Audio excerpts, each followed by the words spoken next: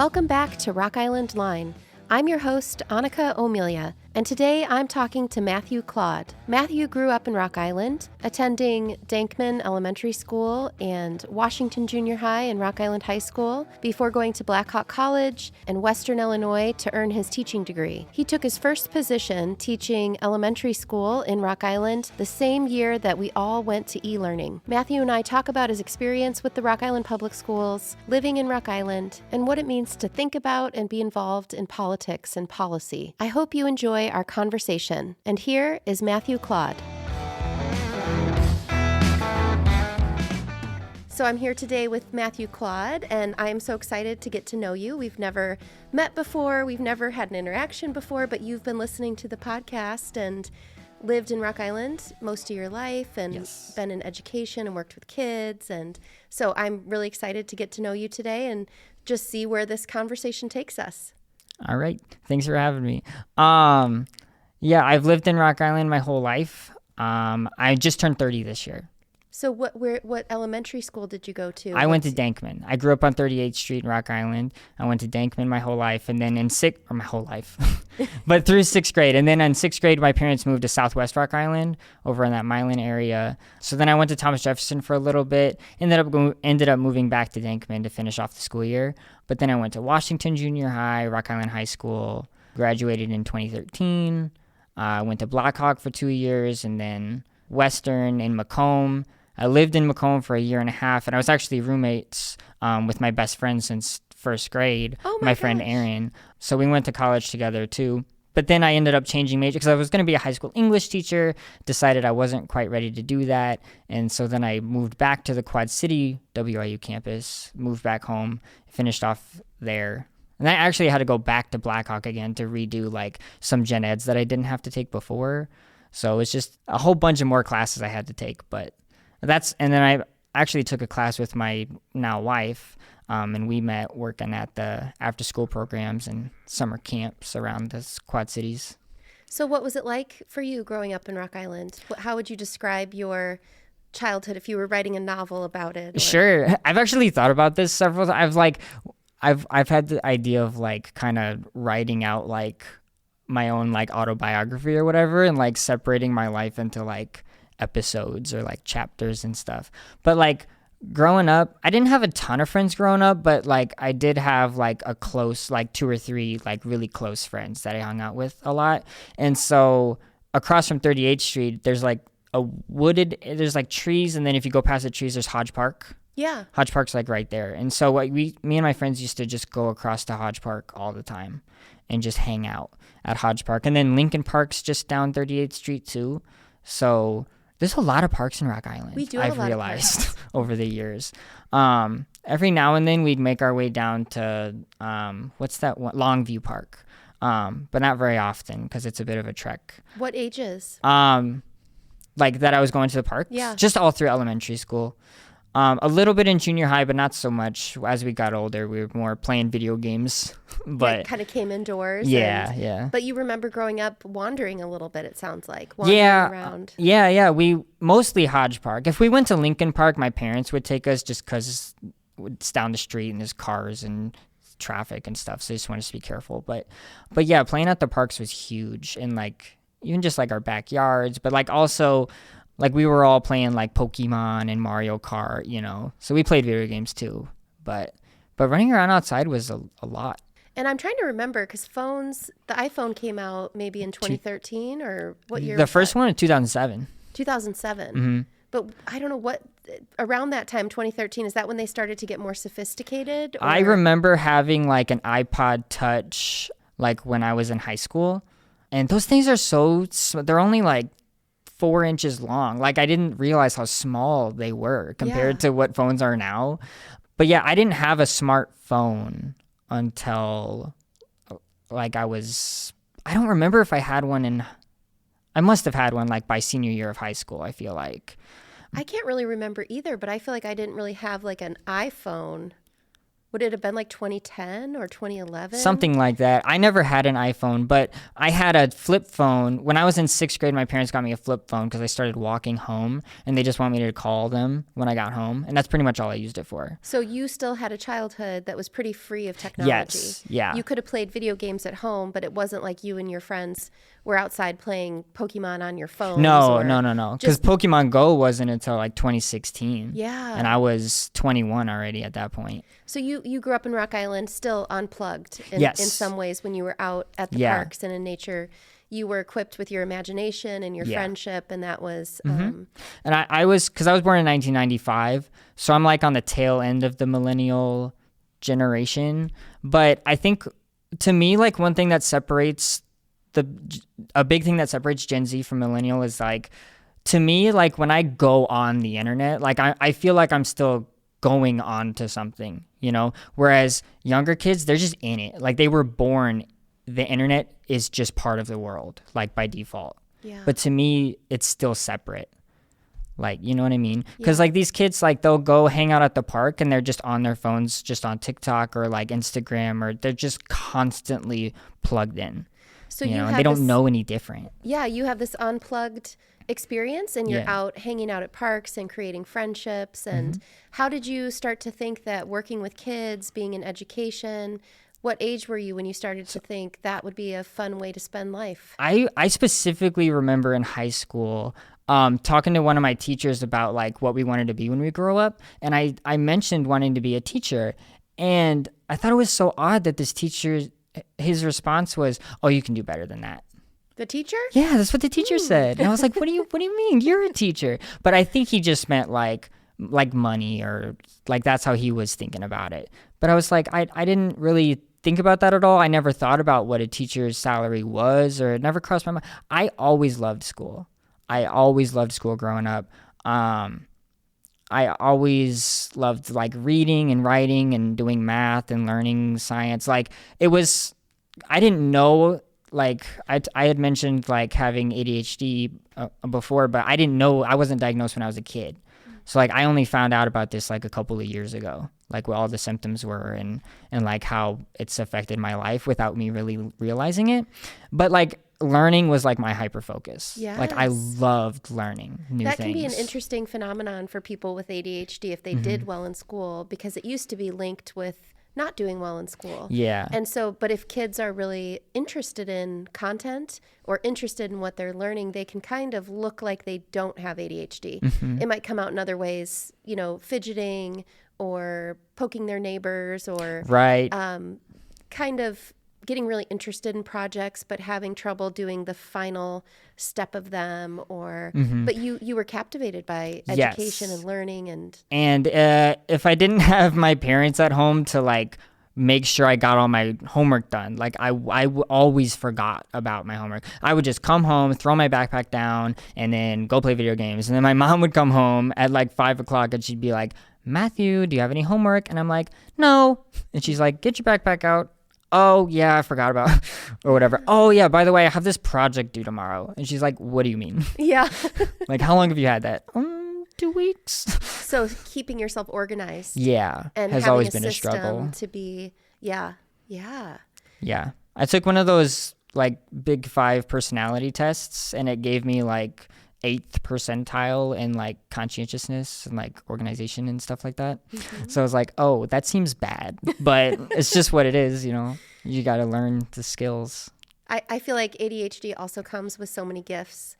I was reading this study once that said the evolutionary purpose of it might be to move on to the next thing. So if you thought about stumbling upon a bush that provided a lot of food, that someone without ADHD would just stay there because they're getting what they need and they've got their plan and they can like return to the same thing again and again.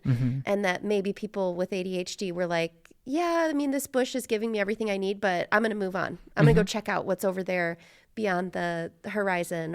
And so that in a group, you need the people who are a little bit more impulsive and spontaneous, or even that like the pattern recognition, like you see things that others don't see sometimes, or like you hear things that others just naturally tune out, and you're just like, what was that? I have to know what that is. Like you can't go to the next thing until I figure out what that noise was. You know what I mean? Yeah. Things catch your attention, and then you pursue them with an intensity that is outside of your control sometimes, or can feel beyond the individual's control. Like, well, and an interesting thing I learned, we did a PD, professional development at my school, because like when schools get out early, it's because like the teachers are doing professional development, and sometimes we have guest speakers come in, and I forgot what her name was, but she was talking about how these types of like ADHD and autism and all these things can affect like your developmental age versus your chronological age. You know, like this kid might be 10, but psychologically, like they're kind of performing at like a 7-year-old level. You know what I mean? And it affects like through adulthood too, because like I'm 30 and I just now feel like I can think like 2 months ahead at a time. Yeah. Like anything more than that is like just a fog of future that's not existing yet. You know what I mean? Like Halloween's around the corner, but like Christmas is coming. Like it's not even winter yet. I'm not thinking about Christmas at all. Like my grandma will ask me like, don't forget to give me your Christmas list. And I'm like, Grandma, I haven't thought about Christmas. Like it's not even on my mind at all. Yeah, I'm with you. I am with you on all of that. So you're very in the moment. You're thinking about what's coming around the corner tonight or tomorrow. Right. Yeah. This week. Like my brain is like this week, maybe next week. Like, I don't know. But anyway, see, so I get on tangents and I forget what I was talking about. But you grew up in Rock Island Yes. and out playing at parks and understanding how much you like to learn and could be captivated by content. Yeah. Also that you have an energetic mind. It's jumping from place to place at times. Yeah. That you had this call kind of to be a teacher, want to be in education. Yeah, because I like I was saying earlier, I always loved my teachers. They were a huge inspiration for me to want to be a teacher. I was like, I want to be like them. Because they inspired me to want to be better. They inspired me to do my best work and challenge myself. Like I was in honors classes when I was in high school because my teachers told me that I could do it. Like I remember my freshman year, I did honors English my freshman year, and it was hard, but like I could do it. Like I still got an A, but like I told my teacher, I was like, I don't know if this is the right for me. Like, and she goes, no, you belong here. And like those, I specifically remember those 3 words. She just said, you belong here. And I was like, okay, like I just trusted her. And so I stuck with it. And then my junior year, I started off taking physics and American history, like the quote unquote regular class.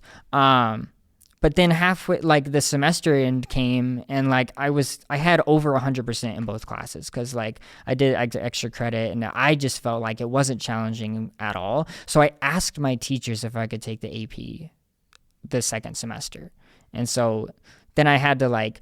It was this whole like paperwork thing. Like I had to like sign papers. My parents had to sign papers. The principal had to like sign off on it or whatever, just so I could challenge myself. Yeah. But regardless of all that. Did you feel like Rocky was good at that, at recognizing that if someone's getting an A+ in every class without a lot of struggle, that they need extra, that they need to create, just as a kid who needs a reading interventionist because they're having trouble reading, a kid who's really high performing needs support too, to keep challenging whatever's going on there. Did you feel like they were working to challenge you? I would say the second part, like if you're struggling, like you will get noticed and you like the teachers will take initiative on that. If you are getting A's in every class, probably like I was the one who reached out. I was the one who asked the teachers if I could move to the honors classes or to the AP classes. I don't know that they would have asked me if I wanted to. Because I was just getting A's and that's what it was. And everyone's like, "Yay, that's awesome." Yeah, exactly. So, yeah. When you asked, were they pretty responsive? Oh yeah, she was like, "I think that would be a great idea." Yeah. That was her response, and I was like, "Great, cool. How can I do that?" Yeah. Like, cause I just, and like the culture of the class too, like it was so different. Like moving from this class to the other class, just the vibes of the classroom and the students in it were it was so different.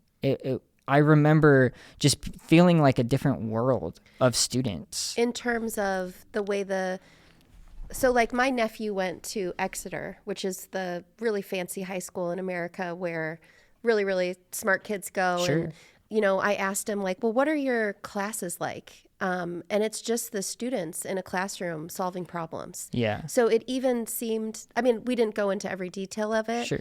but it would be like, here's a math problem. You guys figure out how to solve it. Mm-hmm. Or here is a topic in history, so there's all this flexibility and opportunity for leadership and discussion, and it focuses way less on like memorization. Yeah. You know, and they're all super smart kids, but Sure. Is that kind of what you're talking about? Kind of. Because in the AP class, like one of the project was to do an interview with somebody about like their experience, like growing up in the civil rights movement and growing up just like in the 60s. Like I interviewed my grandpa, who is now like 94 years old, or 93. And so he was born in 1932. So we had a lot to talk about because it was history class. And so we were just talking about like what life was like in the 50s and the 60s and stuff like compared to how it is now. We're like, those kind of projects, like I did a video interview and I was editing it and I wrote an essay about it. Like we didn't do anything like that in the other classes.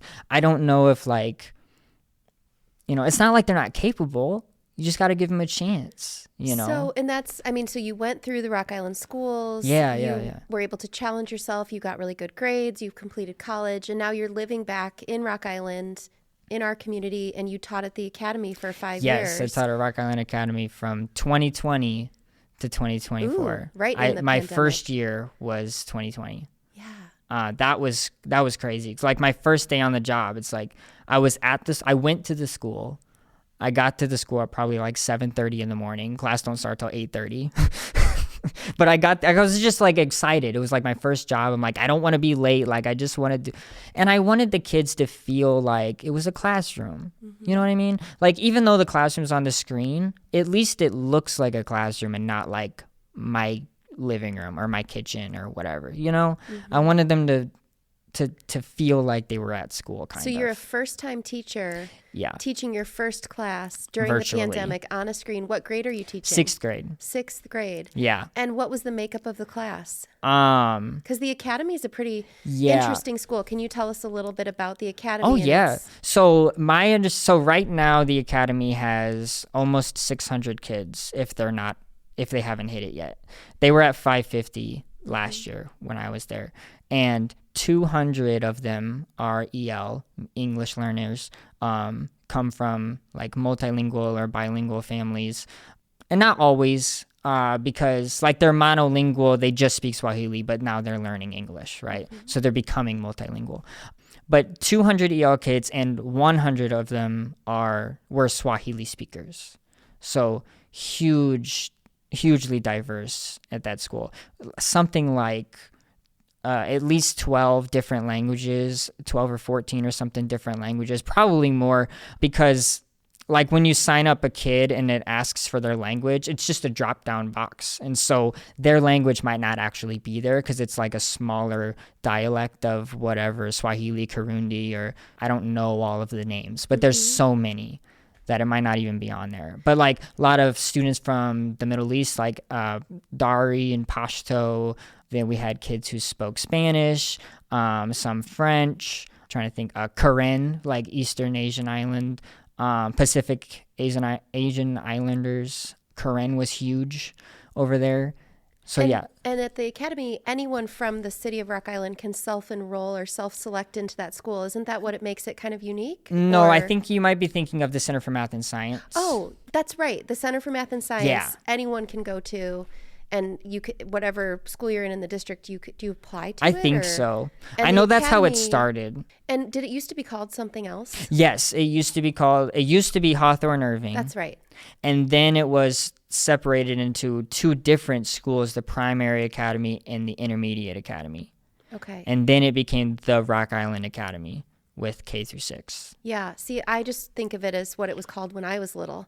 So Was that when it was Hawthorne Irving? Yeah. Gotcha. Yeah. I don't know exactly. I don't remember what years they changed it. I know that there's teachers who worked there that worked when it was, primary and intermediate and stuff. They've been there for 25, 30, almost 30 years, some of those teachers. And so it's located in the West End. Yes. And I think we know that the poverty rate is super high in the West End, including, I think, the general ward, 46% poverty, but also pockets of deep poverty where people live at half the poverty rate, which would be like $7,000 a year for an individual, maybe $15,000 a year for a family of, So, multilingual, folks living in pretty significant poverty.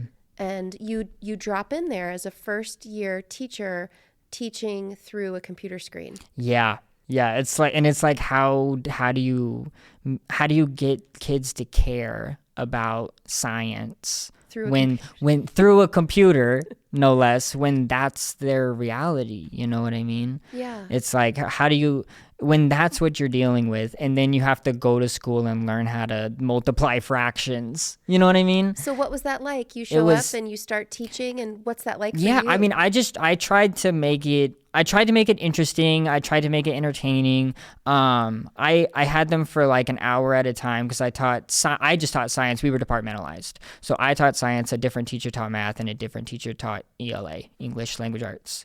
And then we would have like office hours and stuff because it was just all different during COVID. Like Wednesdays was like office hour days. Like we kind of had a correct break from curriculum days on Wednesdays. Like they still wanted the kids to log on, but like it wasn't like we taught from the curriculum Monday, Tuesday, Thursday, Friday. And then Wednesday was like a tutoring catch up, like if you have any questions kind of day. So you have all these kids, and they've been given, like my kids, Chromebooks during that time. Every kid gets a Chromebook. Yep, one-to-one. You ask them to log on, and what was the attendance like for your classes?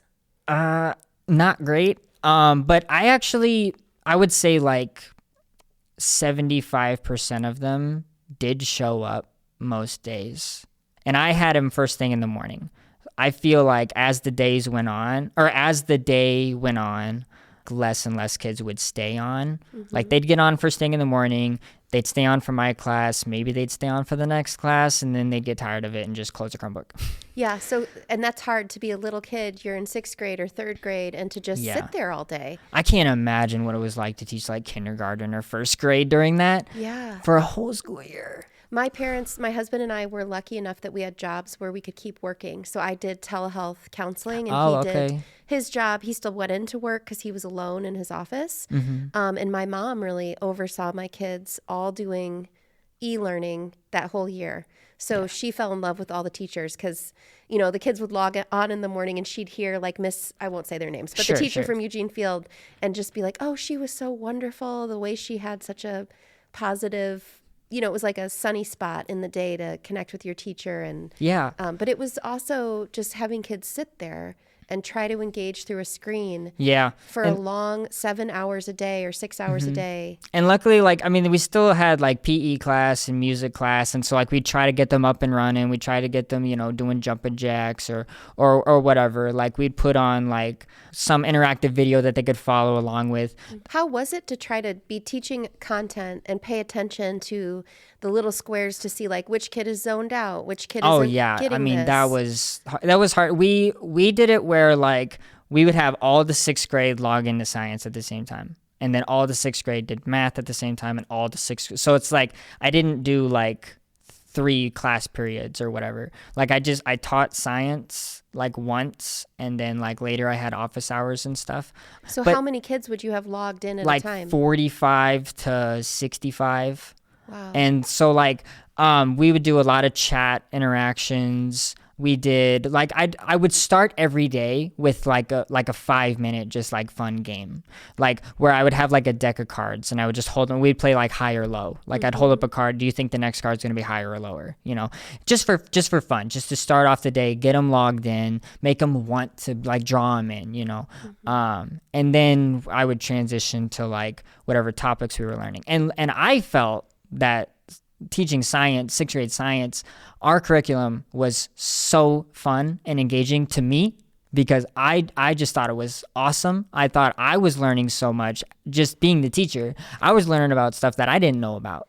So when you drop into a new school and you're a brand new teacher, you basically are, for lack of a better word, assigned a curriculum that the district is approved, the school has approved, and you have a workbook or some sort of online portal, and you go in and it's like, okay, this next lesson is, so your first year, you don't necessarily have to invent a whole new curriculum or... You're delivering something that the district has approved. Yes. And like our school and our principal like was really good about like the curriculum is mostly like a roadmap.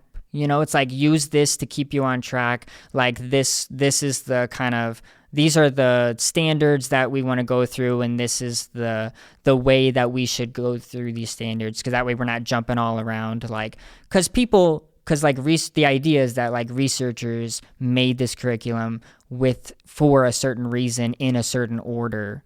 You know what I mean? Because the one thing seamlessly flows into the next thing. Yeah, you know? And you can meet those core requirements for like sixth graders. Like there's objectives, and they need to be able to demonstrate they understand weather patterns or whatever. Like because we were learning about microbiology, and then we were learning about metabolism and our body systems, and we were learning about like genetics and DNA and chromosomes, and there like our science program had like simulations that the kids could do where they could like breed different spiders and change their traits and like see what they produce and like see how their DNA changes. I thought it was so cool. You were into it. But not all the kids thought it was awesome, but I thought it was so cool. So then you taught that whole year basically online in March, from March of 2020. Well, from August. So you started in August of 2020. Once you got the kids back into the classroom. Well, because then the second year was like blended learning. Yeah. And so like half the kids were still remote all year. And then like the other half of the kids would show up, you know, sometimes they'd show up, sometimes they didn't. And like doing grades was like, I almost cried the first time I did grades because I was just like, most of them weren't turning in anything, or like, you know, because you can't make them do it. And you're in a global pandemic, and basically it was anything goes. Pretty much. I mean, you weren't going to fail a generation or a whole cohort of kids across the country because they weren't performing the way they had the year before. Yeah. Everybody kind of got a pass. Yeah, and everybody just like moved to the next grade level, whether or not they were ready for it. And I mean, that's a tough decision to just as a nation. It's not like we can just say, okay, everybody stop, and everybody in the country is gonna redo the school year. You know, like that's a tough sell for a nation of 330 million people. So then when they came back, so you hadn't taught before COVID, but when the kids all came back to in-person learning 2 years later, I was gonna ask if you noticed a difference in them from before and after, but you're kind of coming in with them. Yeah, so I'm coming in fresh. I didn't really know what it was like. I didn't have, because like these older teachers, like they knew what it was like before and what it was like after. I don't know what it was like to teach at that school before COVID. And so I don't really have you have this experience of a teacher kind of looking at you and saying, you belong here, you can achieve at this higher level. Yeah. I wonder what this generation of teachers coming in now, because the expectations were pretty low during COVID. It was like, unfortunately. You logged in. How has it been for teachers, do you think, in your age group to now bring the standards back up, or the expectations? I think that the teachers at my school and in this school district, I think they do a good job of like holding students accountable and being like, we're here to learn, like, you know, let's work together. If you're struggling with something, you know, ask for help. Like, we're here to help you. Like, we're all on the same team. We all want everyone to be successful. You know, I do think that teachers do a really good job of holding our kids to a realistic, but also, you know, strive to really do your best, you know, like, cause a long time ago, I saw this YouTube video that made me think about it's like the phrase is like, you know, you can only do the best you can, but like you have to be certain that you actually know what is the best you can do, you know, cause if you just are skating by, are you really doing your best, or can you push yourself more, you know? And I like how the schools not only show your academic achievement, but your growth. It does seem like schools focus on that growth measurement. And our school, even though the Rock Island, I keep saying our school, even though I don't teach there anymore, it drives my wife crazy. She's like, you work in Moline now. And I'm like, I know, but like, it still feels like my school. We had... Our deputy superintendent came into our school one time and was showing us the data of like, even though our scores are lower compared to other schools, our growth is outperforming like most of the other schools. So like, even though we're starting lower, we're catching up. You know what I mean? Like, our students may be low, but they're growing to get back up to grade level. Because if you're below grade level, you have to grow faster than typical in order to get back up. Because if everyone's growing at the same rate, but you started lower, like, yeah, you're growing, but you're never going to reach grade level. Yeah. You know what I mean? Make that jump. Like, yeah. So how do we solve this problem, Matthew? Like, what do we do about education in America, but more specifically in Rock Island? What do you think it will take for us to... I think that we've been making really good strides, especially at the academy with doing co-teachers. They have that co-teacher at Rocky too. There's only one, and they speak Swahili, and I think they speak a couple of other languages too. But we have to really lean into what kinds of students we have, and we really have to address the needs explicitly. And I think that by and large, the Rock Island School District has done a really good job of modernizing our education, like in the ways that we teach math, in the ways we teach reading. I think that the curriculum, I personally think that the curriculum that we use at the elementary level, at least like from my experience, is really good. I think in some ways it's a lot for our population, because I mean, like, the researchers who made our curriculum, like, there's stuff like, if you have EL students, you can do this, and if you have students with higher needs, you can do this, and if you need an extra challenge, here's this other thing you could do. Like, our curriculum has all of these different ways to accommodate and make modifications for these different populations. But when half the school, almost, when over a third of the school is EL, it's just different, because like, they kind of assume that like, you're probably going to have a couple EL kids, or you're probably going to have a couple kids with IEPs, and here's what you can do. It's like, yeah, but when half your class is EL, it's like, you really have to change a lot.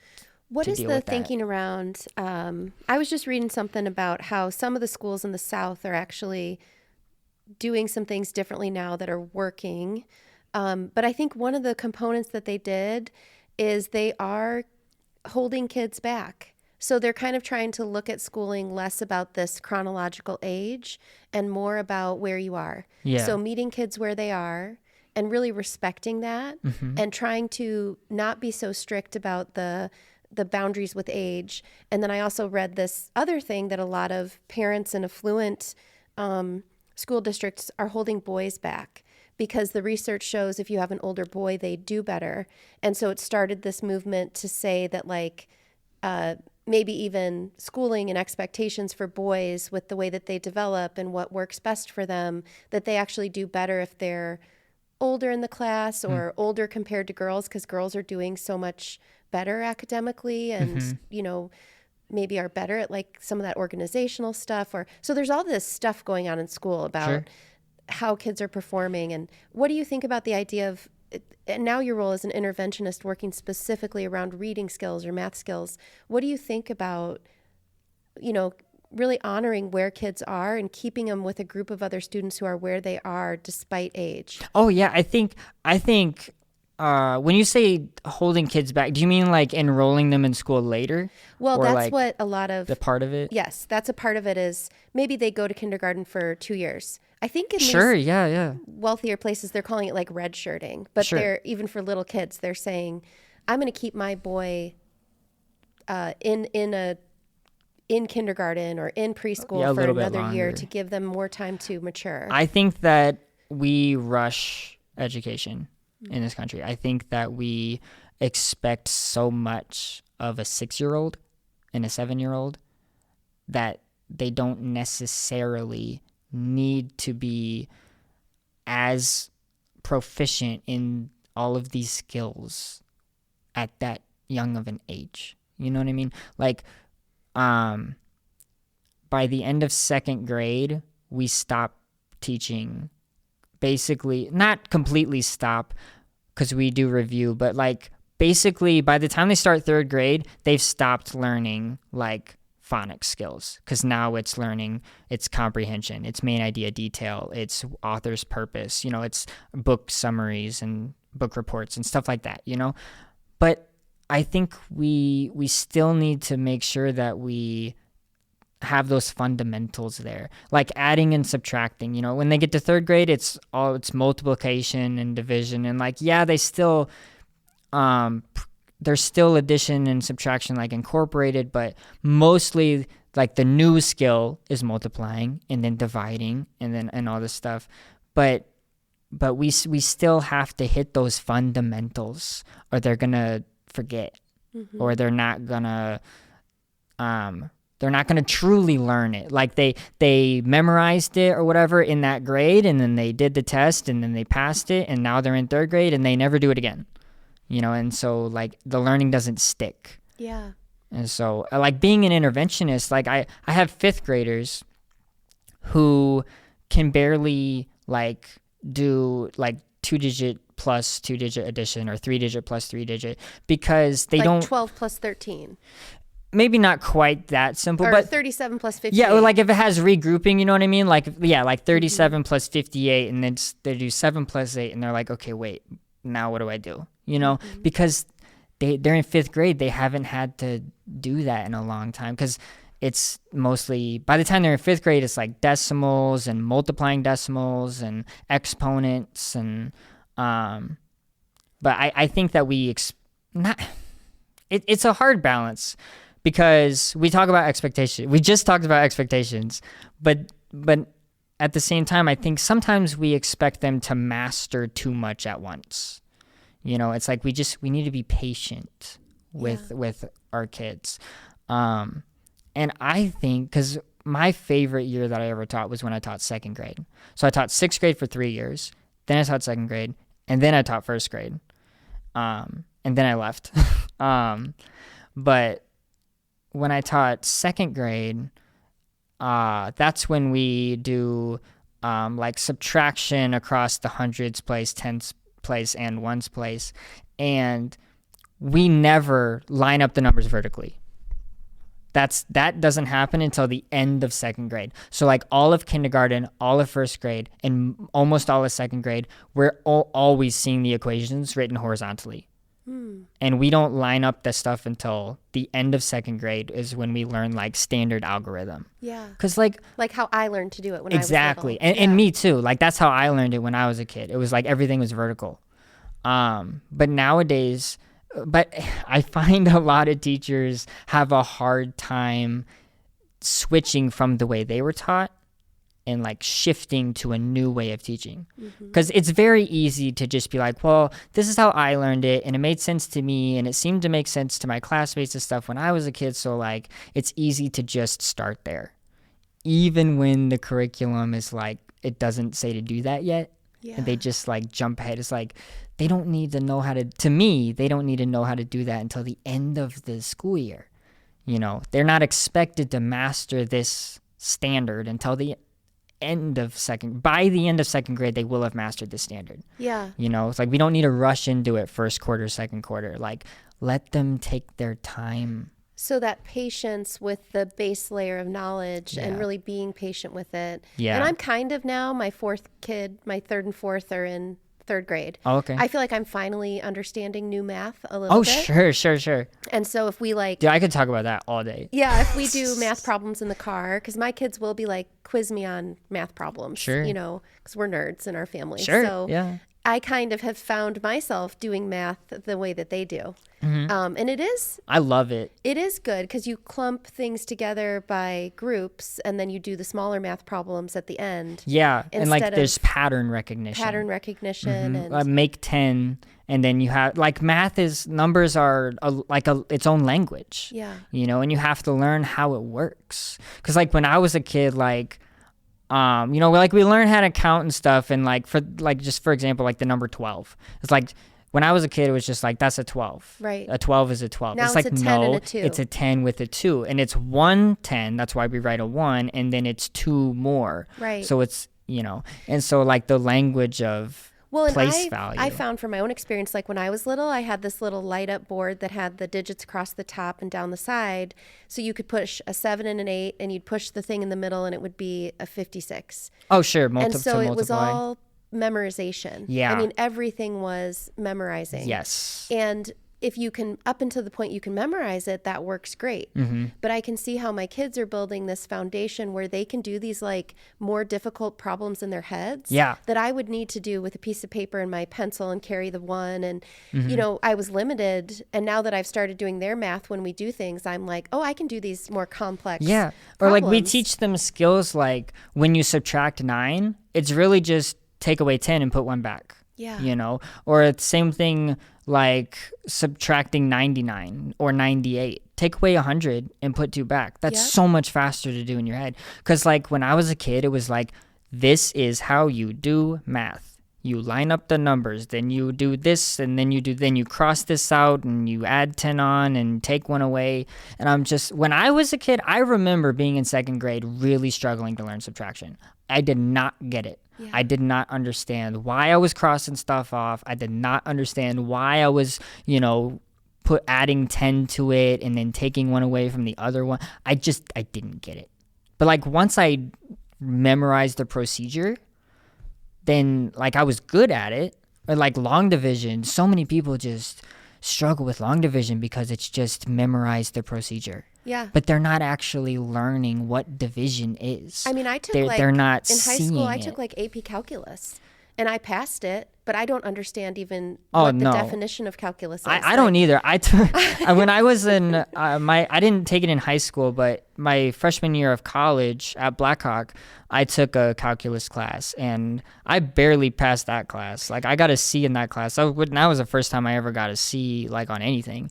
And I don't remember, like I know that we did calculus? Like derivatives, but like I don't know what a derivative is. I don't get it. Like because I've had people tell me that like, oh, I could always see you teaching like advanced math or whatever, because like I don't know, people, because like I like math, but like I'm not that, like I'm not an engineer. I'm not like, I could do trigonometry, like it would take me a second to remember like sine, cosine, tangent and all that stuff, and like angles and whatever. Like I remember it, but like I'd have to study up a little bit, but I could do that. But calculus and all that, logarithms, and I'm just like, I think it's interesting. See, my husband is really good at that math stuff. My oldest daughter is super good at it. Like that's the way her brain works. And I think I just had an amazing teacher, Mr. Wood.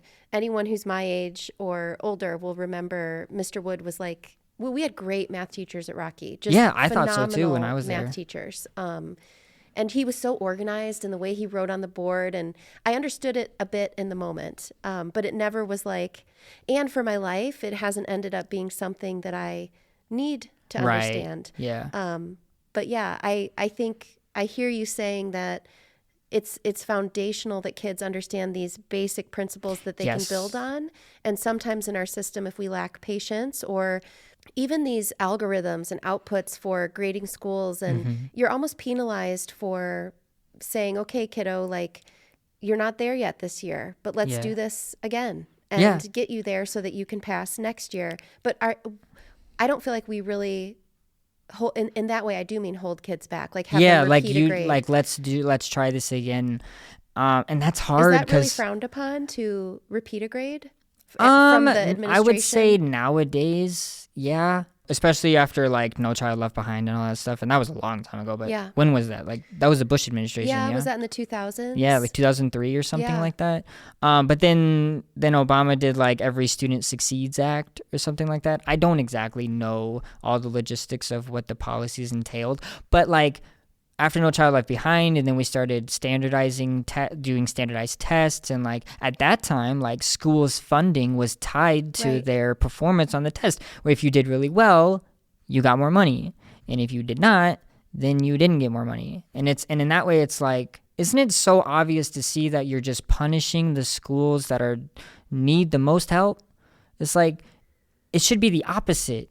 And now it is, but back in the day, it was like, if the schools aren't performing well, they need more resources. Yeah. They need more money. They need more grants. They need more teachers. They need more paras. They need more people in that school to help those kids. Well, and if you take measures and indicators and you say, you know, if whatever your passing rate is for the grade, and if it goes down, that's looked at as a negative thing, and then your funding is harmed. Yeah. You're going to be incentivized to push those kids forward, even if Right. they're not ready. Yeah, So and a lot of schools did that. Yeah. You know, just so that on paper, or like they lowered the passing grades, you know.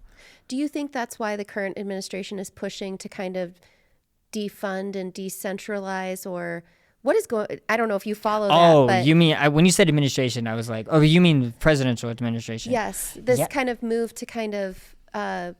Would you consider a dismantling of the Yeah. education department? And Yeah, and- I mean, it's just a complete destruction of it. And this is something that, like, if you look back in history, like, I mean, the Republican Party has been wanting to eliminate the Department of Education for decades. and why?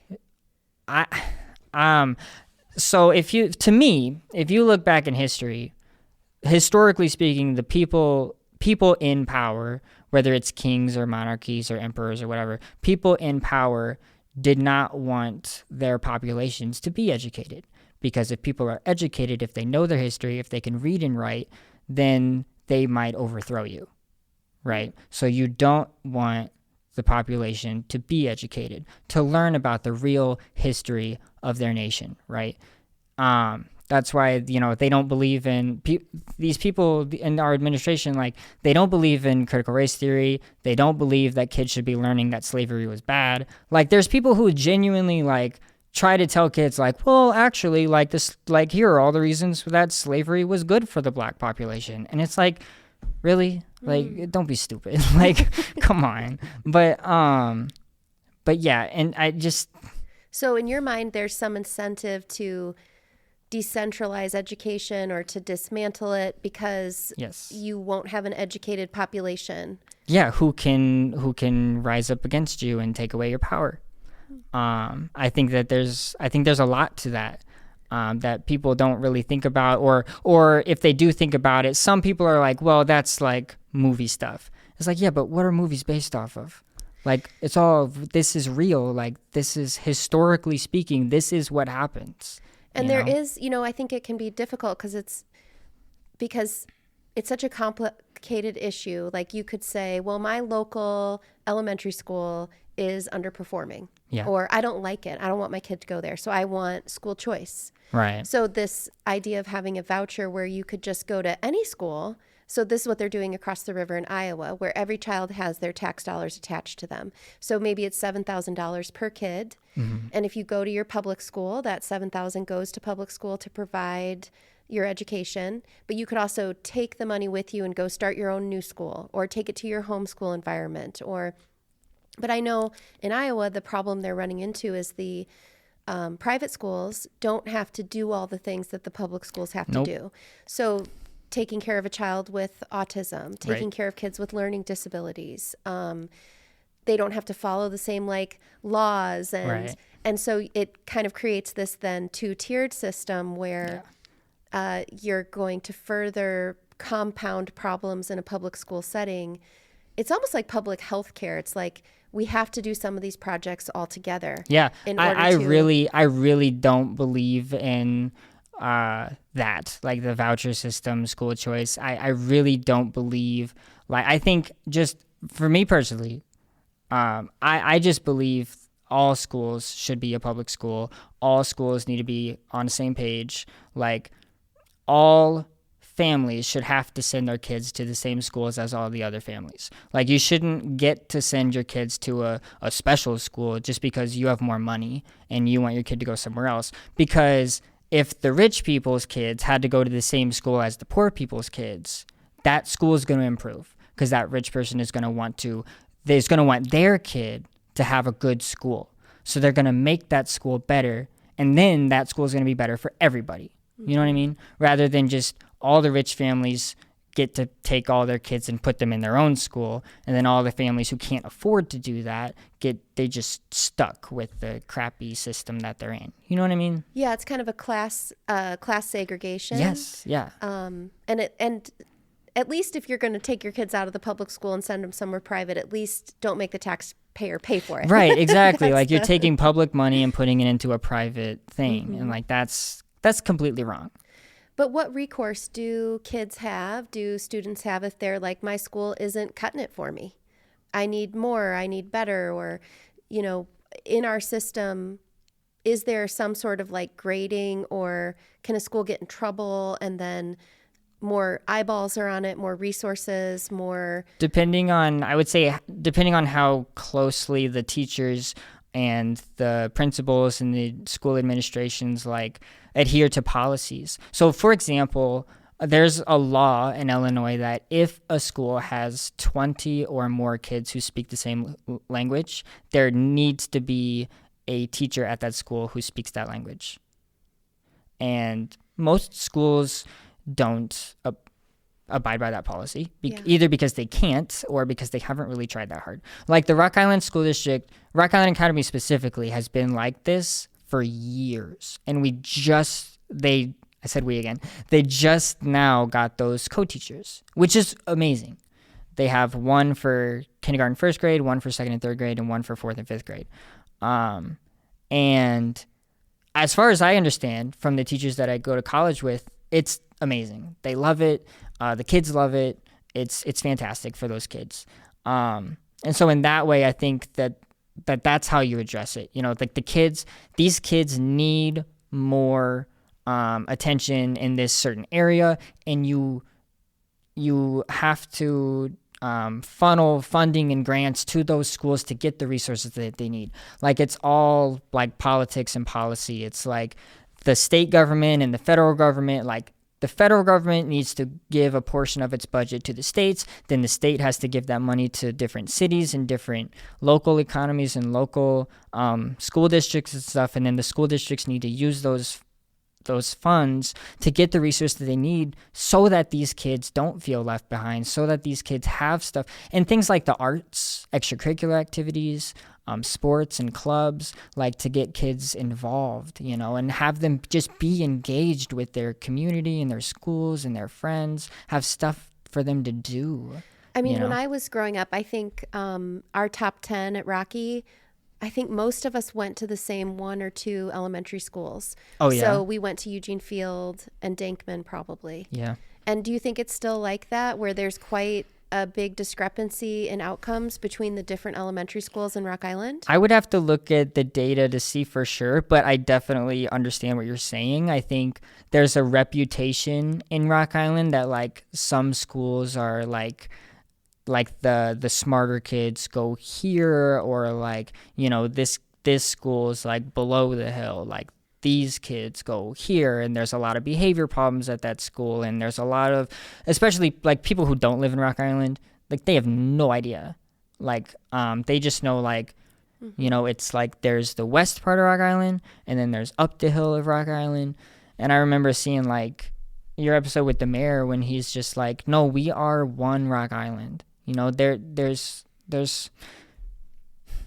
we don't want the city to feel segregated, Do the elementary schools get together? I mean, I am a very bad parent in the sense that I've not been very involved in my kids' education or school stuff. Like, I've not volunteered for the PTA. I kind of do other stuff. Sure.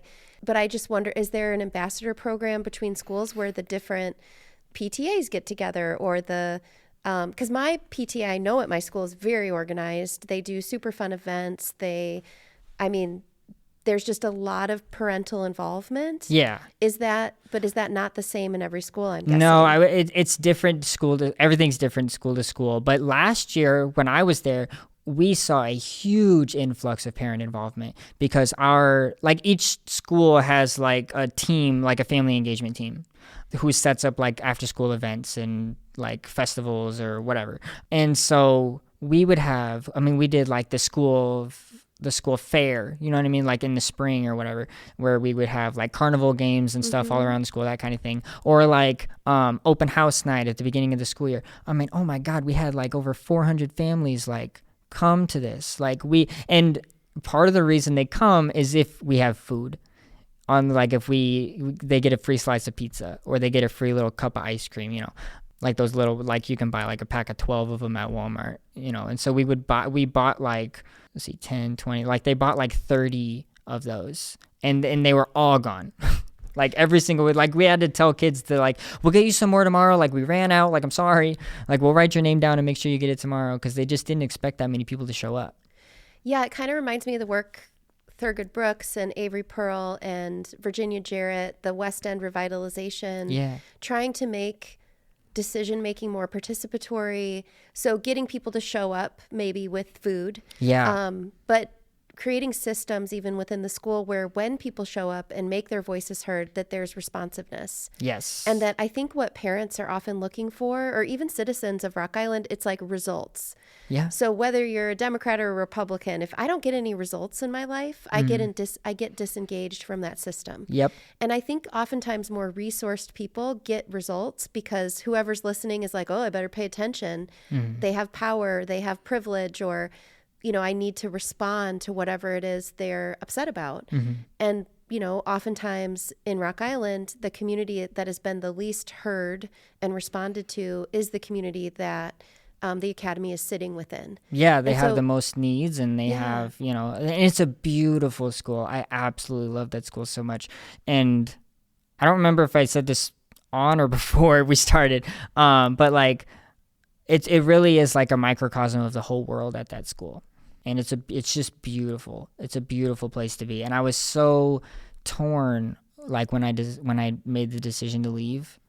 It was very hard. Why did you leave? If you don't mind me asking. Yeah, no, for sure. I want to say burnout, but that's almost too simple of a phrase to use.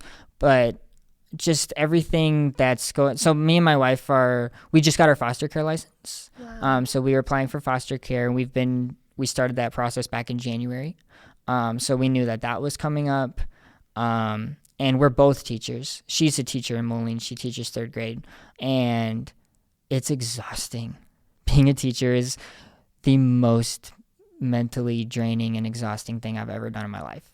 It's very hard to describe unless you're in it, because like it's you and the kids all day. I mean, they have lunch break. They get a break for PE or music or whatever specials they go to, and then like you have a prep time stuff. So it's not just like 7 hours straight, but there's 20, 25, 30 plus kids, and they all have different needs. And like, for example, when I taught my second year teaching 6th grade, it was right after COVID, and I had 31 kids, 7 different languages, and all of the EL kids were newcomers, and they all spoke different languages, and it was just like, it was so much. It was so hard. I'd imagine it would be very chaotic. Yeah.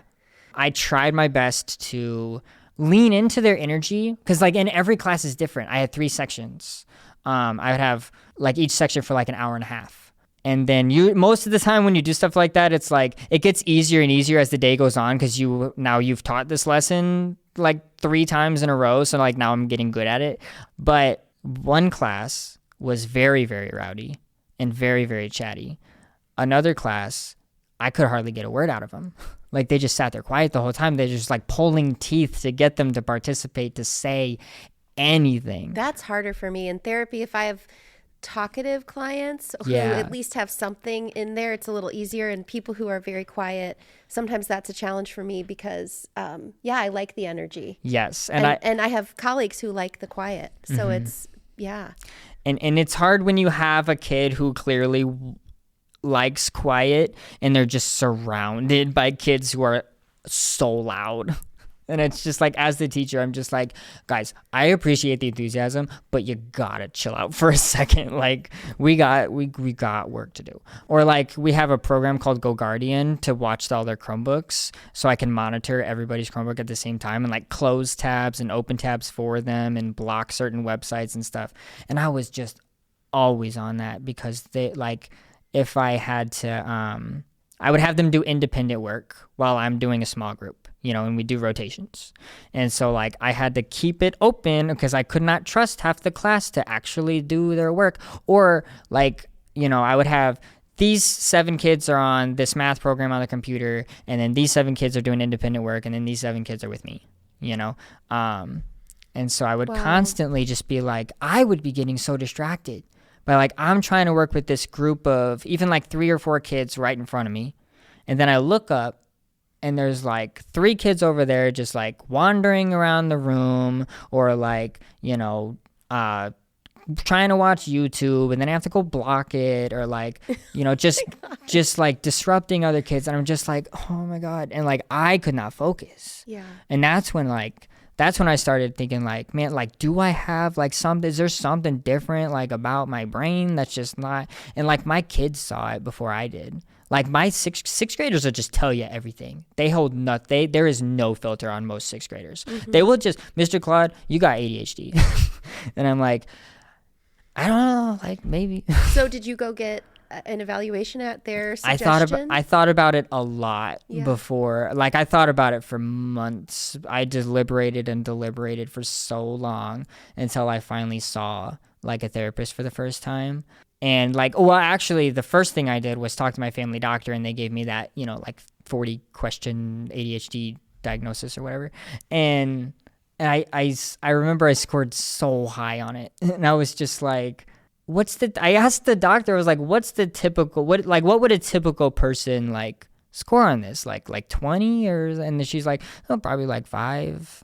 And I'm like, what? Like it blew my mind. Cause like I could not understand how people, I was like hyper focusing on each question. I was like, am I more a 2 or am I more a 3? It really didn't matter. Like your score is going to be high, whether it's a 2 or a 3. Yeah.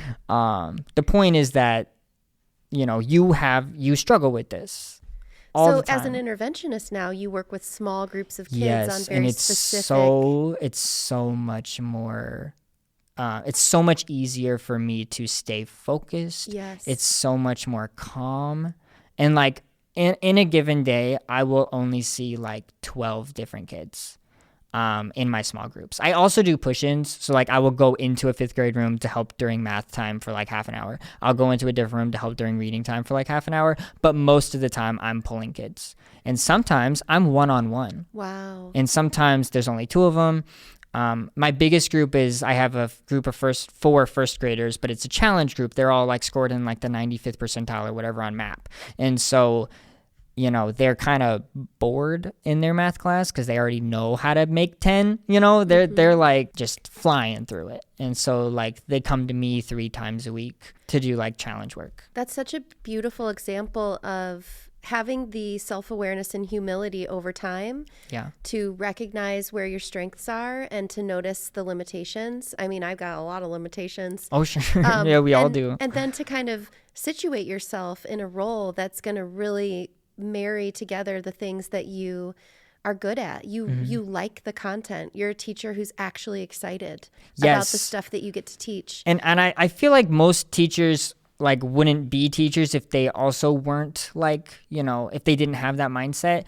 But like I think that I get so into like what's the best way to teach this? Like what does the research show? Like how can I get kids to understand this concept? Because like I learned in college, like when kids learn math, there's 3 things that they have to master. It's like the first thing they have to understand is like the concrete real life like mathematics. So for example, like using manipulatives, like the place value blocks, like, those little cubes and the 10 rods and the 100 squares, they have to have some sort of physical manipulation so that they can really see this is what 8 looks like versus 3. So they can see how much bigger 8 is than 3, for example.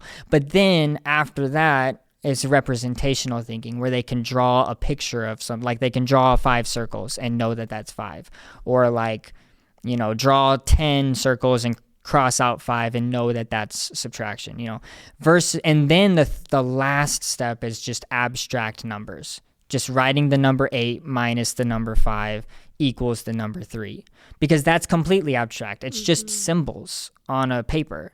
There's no way to know what the symbol 8 is unless you have seen it before, 8 of something, and so and what math used to be like when I was a kid and when you were a kid, it was like we started with numbers. It was like 8 minus 5 is 3. Why? Because you just remember it. Just you learn that it is, and it just is. You know? I always struggled with that. Just the way my brain works still to this day. When someone's like 1 + 1 = 2, I'm kind of like, why? I don't want anyone to, still. No, I love that. Yeah, I love thinking like that. Because it's like, okay, well, what if you have 1 banana and 1 computer? Is that equal to? It's like these are 2 completely different things. Like you can't just, because like you can't just. And if you have 1 banana and you break it in half, now it's 2. And which piece of or portion of it, I guess that's where you have. But it's also like, it equals 1/2 or like 2 halves or whatever. 1 banana divided by 2.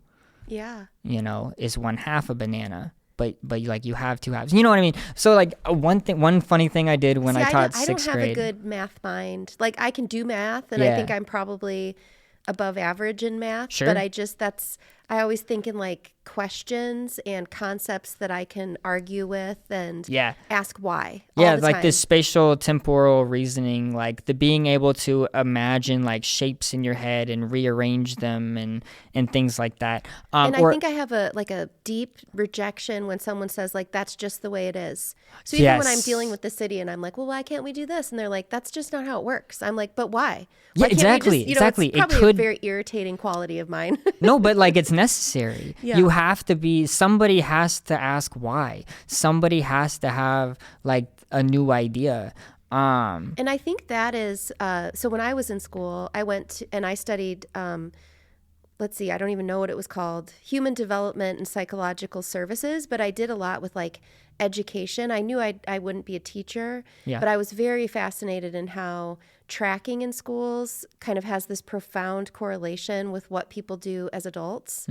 And there was like this functionality of schooling that some kids are just taught how to memorize things and spit them back out without deep understanding. And the thinking back then was like, that's the person you're training to work in a factory. Exactly. And then like my nephew's school where you're just trusted to sit in a room and figure out how to solve problems. That's the track where you're being trained to be a leader in your field or your industry. And so I feel like I definitely was always in AP classes, and education was important for me, but it was always like so that you can ask the questions, so that you can be in charge. That's the track that I was on. Yeah, so that you can be like the next leader or whatever, and not just like a servant. And like and to go back to like policy and administrations and stuff, that was explicitly the goal of like in the 1970s. That is explicitly what their administrations wanted out of schools. They were great sorting machine. They were worried about creating an educated proletariat like population. They didn't want that. They didn't want colleges to be free because then you'd have too many thinkers. And if you have too many thinkers, they're going to overthrow your power and create like a system that's not tied towards making you richer. Capitalism. Yeah, I'm sure there's truth in that. And I'm so naive. I don't know, because I think like, well, of course you want everyone to be really educated, but to your point, but not everybody does. Yeah. And real quick, do you mind? I just want to take a second because I want to find it. I screenshotted a while back when I was in college a quote that I found directly from like the Reagan administration. Like that's exactly what like Ronald Reagan's advisors told him when he was governor of California, right? Because back in that time, colleges around the country were tuition free. Not every college, but many colleges were tuition free. Well, and there was always the idea of your University of Iowa, your University of Illinois. Right. That maybe some of the state schools at least were, and they still are, more affordable. But that would have been on the heels of like the civil rights movement, when equality is becoming more of an ideal that the country's committed to at the end of the 60s. Yeah, sorry. No, you're fine. I like look. Yeah. So the exact quote was, "We are in danger of creating an educated proletariat." And I think I just want to make sure I get it right. But yeah, that's exactly what he said. And so. And it was Ronald Reagan that said that, or it was his Ronald advisor? Reagan's advisor told him directly, like, we can't have free college because then like the population will be too smart and That's they're gonna so want devious. it. Yeah, no, it's real. Like, it's real history. Like, these people did not want college to be free. They did not want like healthcare to be free.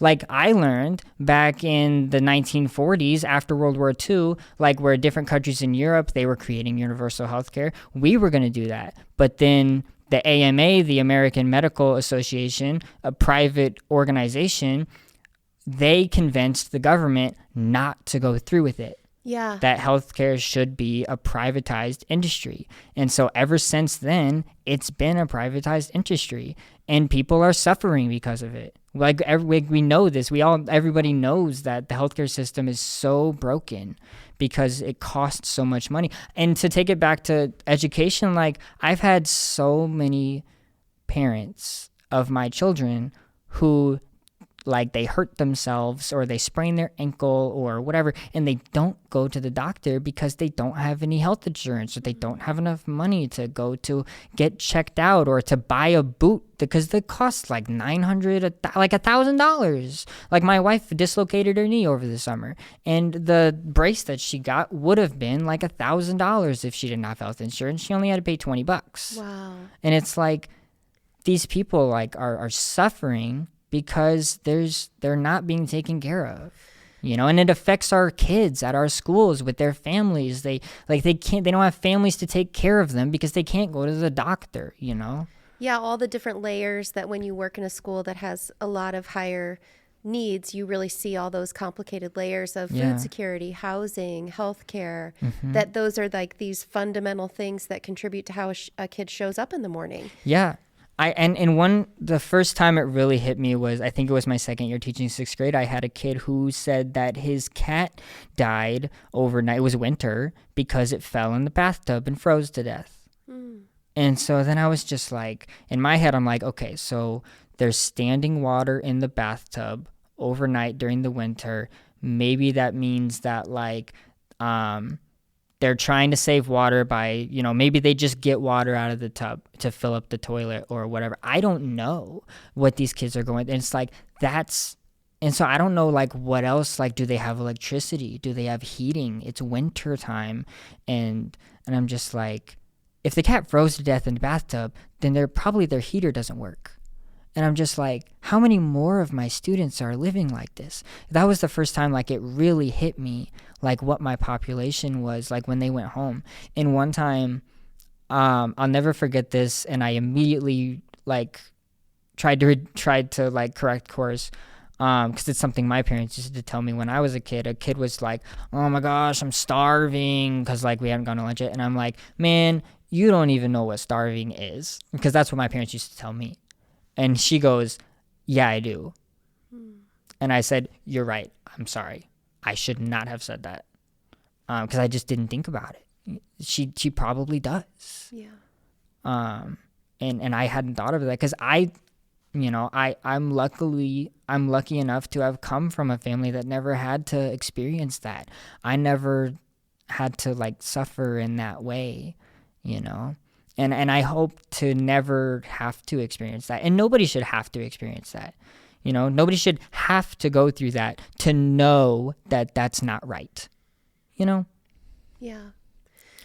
Yeah, I mean, I like strongly consider myself a capitalist. You know, there's all these words floating around about socialism, capitalism, Sure. and what is democracy anymore? I mean, who knows? But I believe that free markets and fair markets are a good thing, and in general, they're better than any system that has ever existed on the face of the earth. And I feel like there are these basic, really foundational parts of a society that it takes a public infrastructure and effort to accomplish. And I think education is one of those, and I think healthcare is one of those.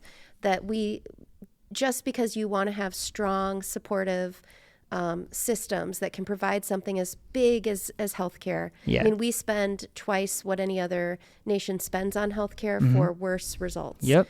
And an education system is the same. If it's foundational to the success of your country, that you have well, I guess you're saying in these examples that maybe they don't want everyone to be educated, Right.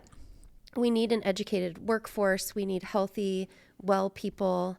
And so in those two sectors, like education and healthcare, I do think we need public, strong, good options, and that taking them apart, dismantling them, while I get it because I have those super American values of like freedom. Sure. I want freedom and I want choice and I want, but in these big systems, sometimes that freedom and choice ends up costing more.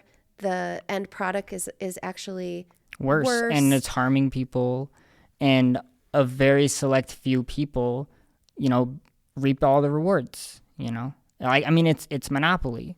I mean, that game was invented to criticize, like, capitalism. Is that true? Yeah. I didn't The know person that. who invented it, like, before Hasbro took it over and stuff, but it's basically the same game. The person who invented it, the whole thing was, like, it was a criticism of, like, one person wins and everybody else gets nothing. Yeah. Like, and that's, because that game was invented around, like, the Great Depression.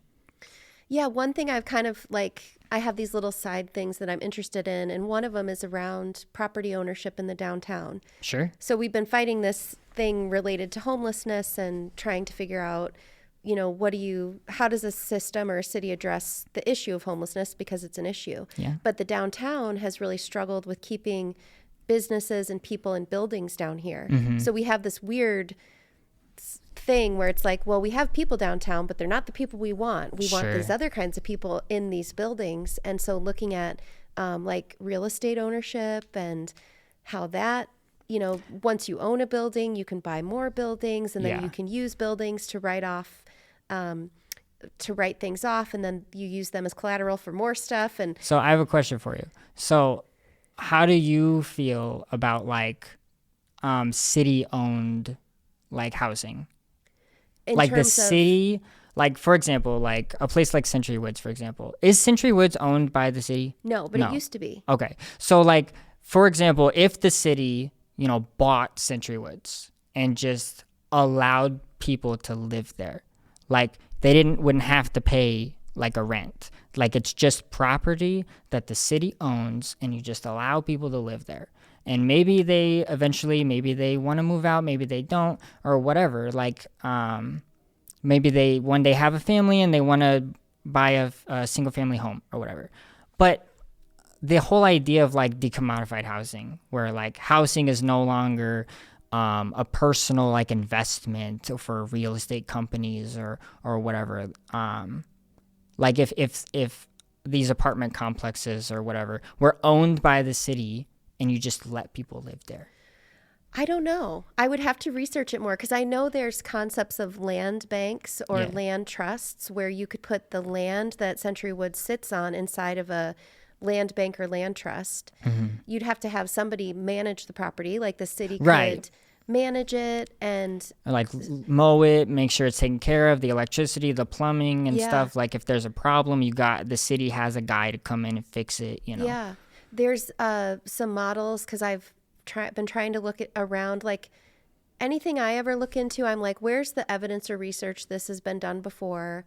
Where can it be effective? Because Yeah. sometimes an idea of something can sound really cool, but then you try to, like, go look at how it worked out in practice. And but there are units of almost like a tenants association, but a group of people who are unhoused in a city kind of forming an association and working with cities to identify property, and then working in this co-governance model of that group of individuals would set their own rules and regulations and have like buy-in into the quality of the property, and then you could share.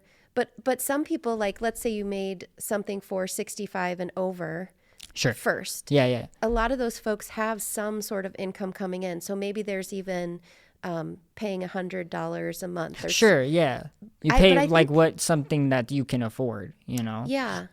The thing I've been thinking, I was telling my husband, I'm like, I wonder if I could find 5 people to buy a house in Rock Island and become private landlords, but basically like clump together to share some sort of a cleaning service and maintenance service. Right. And you'd still be owning property, but to like 4-bedroom houses where you could have, for rapid rehousing, 4 people who could stay for 3 months at a time. Or I don't know how it would work, but right. I Or think like one of the issues the goal is not to make a profit. It's not a, you don't make a profit. The goal is to let people live somewhere. Yeah. You break even. Yeah. Or you are using it as a way to contribute. Like if you could lump them into I don't know. But I think the city should have a stated mission and dedicated task force or team that has the stated mission of driving homelessness to zero by finding people housing. Yeah, not for by sure. just moving people along. Yeah. Cause like I've thought about this a lot. Like my grandparents live in in Park Vista down in East Moline. And every time I go there, I'm just like, dude, can you imagine like if this was just like a publicly owned, if something like this was like a publicly owned space in a community where people could, like, the city just owns and operates this giant public housing thing and maintains it, makes sure it looks nice. It's got, it's not run down and it's got crappy stuff in it. Like it's got studio apartments in it. It's got 2-bedroom apartments in it. And then, it's got like a cafe area or like a theater room and all this stuff, because that they have a Park Vista. Like if a city, just a community of people who just live in the city could just live in a place like that and not have to pay thousands and thousands of dollars a month like they have, like senior living has to pay. Yeah. Because... And really that would be the model of Arsenal Courts over the years. There were iterations where a public housing authority owned it. I think the city owned it for a while. Yeah. Then the city was like, this is too much. We can't deal with it. Or something like that happened where they then sold it to a private developer. And it is... You'd have to figure out like who those residents are, and you'd have to make sure that whoever's living there, that they feel ownership and co-governance. Yes. And they have voices, and those voices are heard. And that seems to be the major breakdown when people don't feel that they have ownership in a school or a town or a housing unit. The investment falls away, both with the organization, but also with the population that lives there. It's like, I don't really care about this place. Yeah, and that ties in really well with what we were trying to do at Rock Island Academy was involving the families more and getting their input and like putting out these like surveys of like the school climate and like what's your perspective as a parent, and asking the students what's your perspective as a student of our school, asking all of the staff. And these are like the state requires us to send out these surveys and for us to all do them. But we want, because we don't really have a PTA at Rock Island Academy. Like, not really. Like, the parents aren't, and part of the reason is because they are so busy in survival mode with what they're living with at home. They don't have the energy, the time to care that deeply about their child's education, because they're trying so hard. It takes so much hours out of their day to just put food on the table, to just keep the lights on and a roof over their head. They're stuck in the bottom of Maslow's hierarchy. Yeah. They can't go up. And I think, like, stuck. if you were a rat in a cage and you're doing a behavioral exercise, and every time you push a button, you get a little food. Yeah. You'll keep going back to push that button because you're getting what you are seeking. Yeah. If you push that button and nothing happens, then for why years, bother? People just give up. Yeah. And not because they're not responsible or like, and I have started this podcast, and my whole life I've been a person where I say something and someone responds to me. So I'm incentivized to keep pushing that button. Yeah. Maybe I don't always get my way, Sure. but I will get some attention. I will get a little bit of a response. Mm-hmm. Having worked with people who live in Century Woods, there are literally people who have not had working smoke detectors for 2 years. Yeah. And that is a big problem. And, they're talking about the third place and how they need to review the fire stuff. And they made them take the things out of the window and they're going to treat them. They had these beautiful little fabric, so the way attention within a system is distributed, you have women and babies who haven't had working smoke detectors for 2 years. They're not allowed to change them themselves. And Wait, really? Yeah, because it's in their lease, because you can't mess with the smoke detection system. Like just put a new battery in it? They're not supposed to. Or they're not like the ones you just buy at Walmart, or are they? They're some sort of a system. So they've taken them down, and tenants have tried changing the batteries, but it doesn't work. They're still malfunctioning. Gotcha. Like something's wrong with the smoke detector system. Yeah. So, but it's in their lease explicitly. You're not allowed to change your own. That's crazy. Smoke detectors or mess with them. Seems crazy. You can't do that. But also, I've been telling you for 2 years I don't have a working one, and I still don't, and it's 2 years later. Yeah, that's messed up. And so when people live in those environments where they don't have responsible landlords, because like a lot of people are renting, and a toilet stops working, there's a dangerous thing going on, and they're pushing the button. They're saying, help me, or respond to me, or follow the law, or respond to my legal rights. Nothing never comes. And there's no help coming. And then when you're a person who lives in poverty, how are you supposed to get an attorney? So we have the legislative branch that sets the laws, but the judicial branch is what's going to hold people accountable. Yeah. And we see how people in power use the judicial branch to move the needle. Like our president is the king of lawsuits. Right. But if you're a person, the homeless population, for example, if their rights are being violated, who's going to pay to represent them? Exactly. How are these tenants going to afford private attorneys? Because I've called about 10 attorneys myself. I've asked favors of friends. Yeah. I've called the city. I've made complaints, and so they have someone who pushes the button gets more attention. Well, they've just called the police on me and basically pushed me out. Yeah, I heard. When I first heard that they called the police on you because you were at Century Woods. So they asked me, that's crazy, to leave, and because you're trying to help people, and that's a violation of their rights, because they're allowed to have tenants are allowed to organize in public housing or in Section 8 and they're allowed to have helpers, but they run into all these issues. So if you imagine someone from the outside might be like, well, why don't these people just get organized and solve their own problems? Well, it's not for lack of trying. Right. But if you try and you push that button and nobody cares, then over time, you stop. Yeah. Then why bother? Yeah. And I think in a larger sense, like when it comes to like the national elections and stuff like that, it's like 70 million people vote one way, 71 million people voted another way, but 90 million people just didn't vote. Mm-hmm. So it's like there's so many people who are just checked out. And it's just like I'm going to try to keep this short. I'm going to go on a little tangent. But like I get so irritated at like as an organization like the Democratic Party, the DNC, the people in charge of the DNC, that they keep wanting to move further and further to the center and to the right, like to try to get Republican voters on their side. They're like, you shouldn't vote Republican, you should vote for Democrat. It's like, hey, there's 90 million people over here who aren't voting for anybody. How about we get them on your side? You know what I mean? We have the numbers, like use them.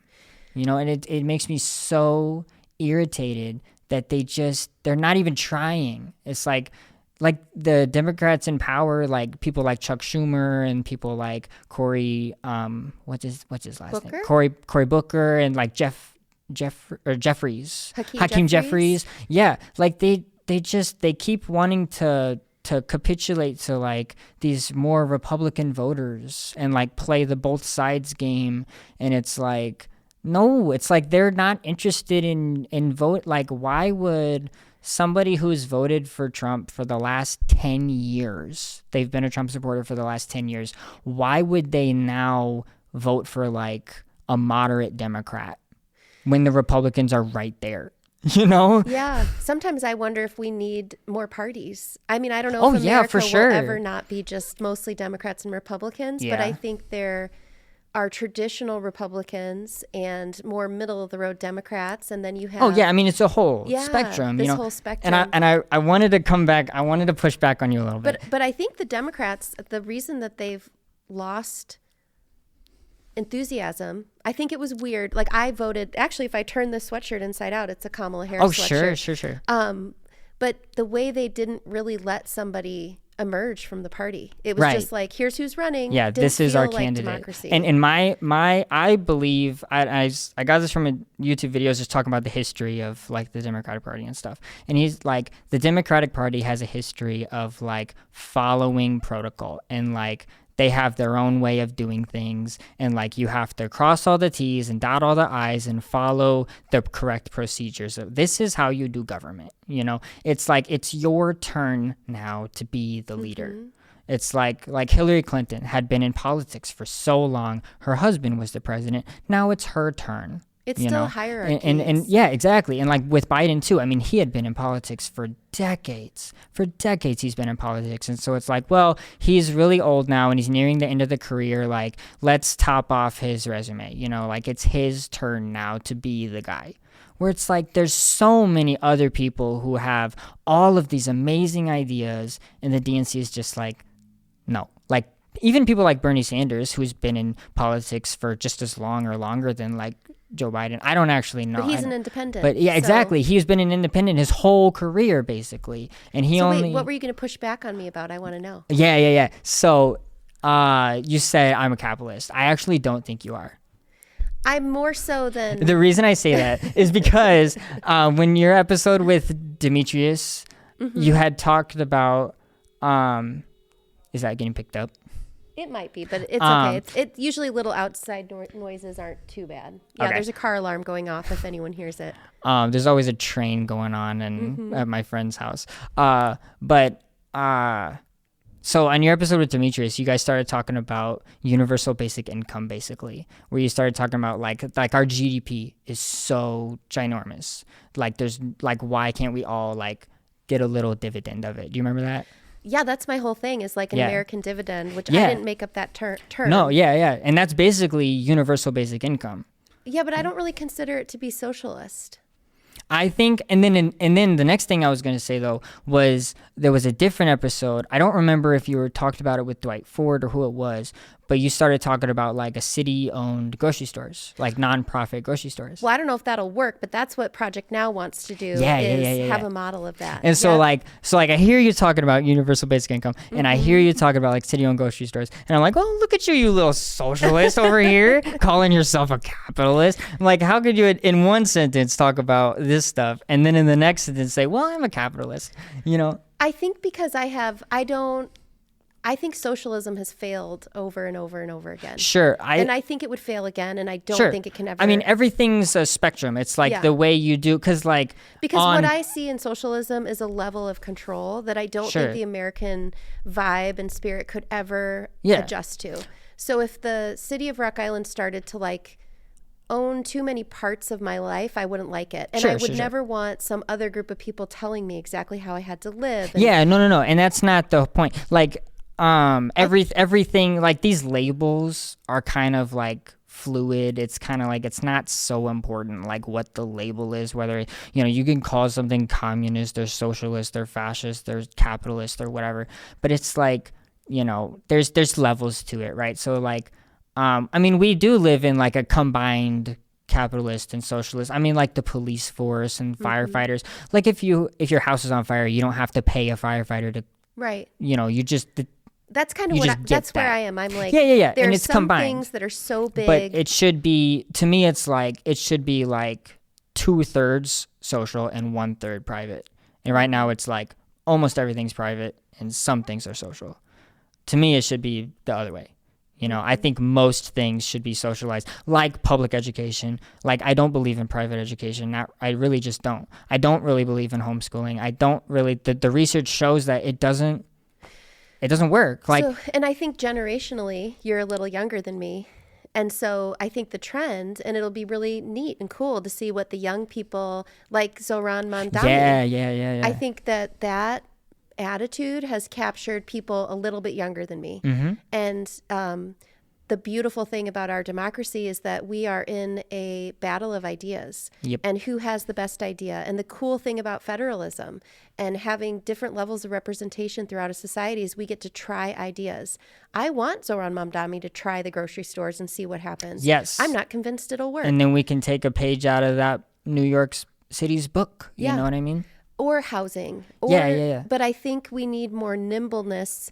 And one thing socialism wouldn't account for, or the fear I have about it, is that someone would say, now you have to go to the school and you can't create your own thing. Sure. And there's something about capitalism that allows a flexibility and nimbleness and advancement. And that's why we've become, in addition to using slave labor and all sorts of other things, like one of the most amazing, innovative, awesome countries we are in the world for those reasons. And if you were just socialist or even 2/3 socialist, I feel like you'd erode a spirit of entrepreneurship and freedom. The reason I don't... America just always is going to need a little bit of like fuck around energy. Sure. And I think that the reason I don't fully agree that like, I mean, the whole idea of like capitalism breeds innovation or whatever. I think that history has shown like, not really. Like when you think, okay, let's take like cars, for example. Like most cars look the same now. Like almost everybody has an SUV and they all are pretty much designed exactly the same way. Like it's just like you make what works and then you just make 1 million of that and then you sell it as high a price as you can that people will buy it at. Or like, you know, like I don't really believe that like, things like the stock market and like companies just, you know, buying back their own stock to please their investors and all these stock brokers and stuff. They don't do anything productive to make our country better. Like for me, it's like they are the leeches that are taking money from us and not doing anything with it. They didn't do anything to earn it and they're not doing anything with it once they get it. They're just making their bank accounts bigger. So like under capitalism, like in itself, everything is a bank account. Every company is a bank account. Every house is a bank account. How much is it worth? Yeah. You know, and you sell the same house gets sold time and time again. And every time it gets sold, it's worth more money somehow, even though nothing's really changed about it. Mm-hmm. You know what I mean? And it's completely, to me, it's completely nonsensical. Yeah. See, I hear what you're saying, but I think I'm like older and more conservative. Sure. and I don't mean to like, I don't want to put a label on you. I'm not saying, oh, I think you're this, you know, because people are complicated. Ideas are complicated. Because I want some sort of, I've called it elastic capitalism or diamond shaped capitalism. Sure. Because I do think a lot of people who are innovators in the United States, the ability to be competitive, drive forward, fundraise, you know. But you have to have they deserve a reward. They do deserve a reward. And you have to prevent these major companies from monopolizing everything like Walmart and Amazon. Yes. Like they've taken over because like obviously it's a huge controversy in Rock Island with the failed Walmart. But the thing is like if Walmart showed up there, why would people come downtown to buy stuff when Walmart's right there? Mm-hmm. You know, why would people go to the green store when Walmart's right there? You know, like I think all of these small businesses, like this grocery store that's right down here in downtown, why would people go there when Walmart's right there? You know what I mean? So it's like, it's almost a blessing in disguise to me that like it's not there. Because then nobody would go anywhere else. They just go to Walmart and Walmart would take all that money and keep it for themselves. Yeah. That money would not come back to our community. Yeah. Like the only people who would be spending are the workers would get some of them, but like all of those profits, they just go in Walmart's bank account. They're not coming back to us. So like all these little towns here, like the money stays here, it's distributed here. You know, the people who own the stores, hopefully, like and work in the stores, also live in town, and so like all the money is circulating around here. I do agree with you there. I mean, I think capitalism to its ultimate end, everything would be Walmart. It would be a super efficient one owner having all control, all money. I'm not for that, actually. Yeah. But that is unfettered capitalism is destructive. But that's what they want, everyone. though. That's what the people who are in power, that's what they want. They don't want government regulation. They don't want to be told that they have to abide by these certain rules and keep their, prices at a reasonable level, even though groceries are twice as expensive as they were 5-6 years ago. You know what I mean? It's like these corporations have quadrupled their wealth in like the last 10-15 years, and prices keep going up. Wages are stagnant. It's like... Yeah, and Walmart gets healthcare subsidized for it by the federal government. Yeah, because like their employees can't afford we as taxpayers are subsidizing their workforce. But what is the solution to that? Let's say that those you powers... make them pay their employees more. You raise the minimum wage. You have to make policies that enforce the companies to pay their workers more, or you raise the taxes on the richest people. They have to follow the law. They have to pay their taxes, and if they don't, you go after them and make them pay it. And then once they do pay those taxes, then the federal government, the state governments, the city governments, it all gets distributed back to the people, and we get to make our cities better, make our lives better. And to me, it's like, that's the whole point of all of this, is like, you want your kids to be better off than you were. What do you think how would you do the tax system? Because I think about this a lot. Like, you have to have progressive tax, because the state of Illinois has a flat tax. Yeah. Like everybody has the same, like we all pay. I think Illinois, I believe right now has a flat tax rate where every single person in the state pays the same percentage of their income. And I remember several years ago, there was it was in the election ballot on whether or not we wanted to change to a progressive tax. Do you remember this? Mm-mm. And the whole controversy of it was a lot of people voted no on it because they were afraid that if they voted for this progressive tax and made it permanent, that we would never be able to vote on taxes again.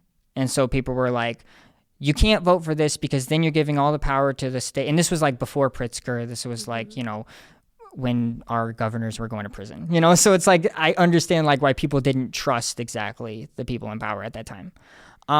See, I have really out there ideas, so I don't fit in either camp of Democrat or Republican, and I'm trying to connect with some different academics to be like, why would this not work? But I actually kind of like the idea of a flat tax, but going in and completely dismantling the tax loopholes that allow people to not pay taxes or to hold taxes for wealth. So let's say you did like a 25% tax across the board, or maybe it would have to be 30. Sure. But there'd be no deductions, like anything you made, you would have to pay tax on. You couldn't wiggle out of it. Sure. So Steve Ballmer or Bill Gates. Yeah, there's no tax deductions for your business and stuff like that, you mean? Okay, so this is like unthought out. I need to talk to Yeah, no, I got you, yeah. I don't know if I would tax businesses at all, besides maybe some sort of a healthcare tax to help fund. But in this setting, you'd have universal healthcare. You'd have universal pre-K and school. Yeah. So you'd have free colleges, one in every state. Yeah. So there would be some basic things like that. But if you did a flat tax on income and didn't have business tax, and it would have to be at a certain level, and then basically you would give back a dividend to every American, and that is where it would be progressive, because that dividend would go to the poor people, like people who make less money would get more income. And see, I think you could do both. Like the people who need the most would receive a higher dividend, and they have less of a tax burden. Is that what you mean? Yeah, but there's something that's just the way we do poverty policy and taxes. I would rather say, like, if you're in the top 10%, you don't get back a dividend, but everybody else gets back a dividend, and you get back the same dividend. Mm-hmm. So let's say I make $1 trillion, because that's not far off. Sure. I pay 25% of that into the system. Yeah. Because like the top whatever percent, they're in essence paying like 60% of all taxes that get paid in America anyway. So you would just... Right now, you mean? Yeah. Well, right now, the tax, I think it's 24. What? 24%. Is like the richest people in the country. The highest tax rate right now is like 24%. I think it's 37. Is it? Yeah. I think it's 37 for that really high. And then if they put in the I thought Trump lowered it. I could be wrong. I don't remember. It's still sitting at 37. Yeah, okay. But he did lower corporate tax down Yeah. to like a flat tax where no corporation pays more than 15 or 20%. I actually just uploaded a video. The Steve Ballmer, who does USA Facts, has like amazing videos on like tax rates. And so everyone should check out USA Facts. And I think I probably put it on my Facebook. But like someone, let's say you make $1 million and you're a physician. And so you have an income. You're actually probably in the worst taxed category in the country because you have all income. You don't run your own business, so you can't deduct anything. And so that person will pay about 40 something probably after their state and federal. But if you're Elon Musk, what he does is he has so much stock options that he takes out loans against his stock. Yep. And then he pays his bills off of a loan. So he actually never takes an income. Yeah. And it's basically he's just getting a grant from the banks. Yeah, like he pays back 3% interest. Yeah, but that's if that. not much for him. Yeah. And then they have teams of attorneys that write, they make up little LLC corporations. They put things in trusts. So the other place that the government could collect money is when you pass away.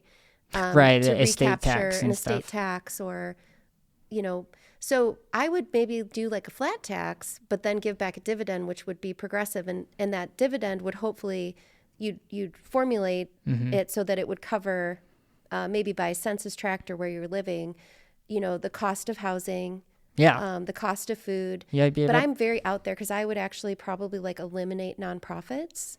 But see, so like I don't think that any of this, and I don't think any of what you're saying aligns with the definition of capitalism. You know what I mean? Like under capital, it's like you have to get money and then you have to, if anything that you want or need, you personally have to spend money to get it. You know what I mean? So I just like, everything you're saying sounds awesome. I don't believe in flat taxes because flat taxes hurt the poorest people. Because if you make $10,000, 25% of that's $2,500. Now you have $7,500. If you make $100,000, 25% of that is $25,000, but you still have $75,000. So it's like if you're rich, if you have billions of dollars, you can afford to pay a much higher percentage, and whatever you have left is still exponentially greater than what anybody who's living in poverty will ever have. You know what I mean? So it's just like the richest people need to pay the most, and the poorest people don't need to pay as much because it's their wealth is not going to be enough to do anything with anyway. But if you think about the dividend as being progressive, that would capture, if you have $1 trillion, so 25% is $250 billion. Right. The dividend on that given back to someone who's making zero, because this is how in this plan you would eliminate Social Security, you would eliminate because you wouldn't need it anymore. Everybody has a safety net. Everybody would have a safety net. Yeah, it's built into the country. But the reason this is capitalist is because then with that safety net dividend, you get to decide in a capitalist system. Yeah, for sure. You get to decide where that money goes. You're not told like, because you don't get a SNAP card. Yeah. You're told you have to buy these foods. Yes. You have to buy, or like, they were trying to make it so like, you couldn't buy cookies or cakes or whatever. It's just like, why so poor people aren't allowed to celebrate their birthday? Like that's ridiculous. Like, but that's where the capitalist part comes in to me, because that I do think that when I get to choose where I spend my dollar, like we could shut down Amazon tomorrow if we wanted to. Sure. We could. All of us consumers could stop buying things from Amazon. And but it's so convenient. Right? But we use our dollar to promote and decide what we want to be. I think that history shows that doesn't work. Like, voting with your dollar is not good enough. Voting with your, like, if the only part of you that's active is your dollar and your vote, that's not enough. Like, real fundamental change has to come from like changing laws, changing policy, changing our whole, like making a whole paradigm shift of how we see our country and our world. And I think that like all these ideas that you're saying are awesome. But like, I'm not saying they're the right ideas. I just think we need I think they are ideas in the system. And because I've thought about this stuff too, and it's like we haven't. How do we know until we do it? But like all these stockholders and corporations, they don't want us to try it because then that would take all their money away. They don't want us to. You have to make them. You have to make them bend the knee to us. They want us to bend the knee to them. It's like, no, there's way more of us. Because there's like, there's a statistic where like if I think it's 3.5% or something of a population, like all simultaneously like rises up, then that's historically when change happens.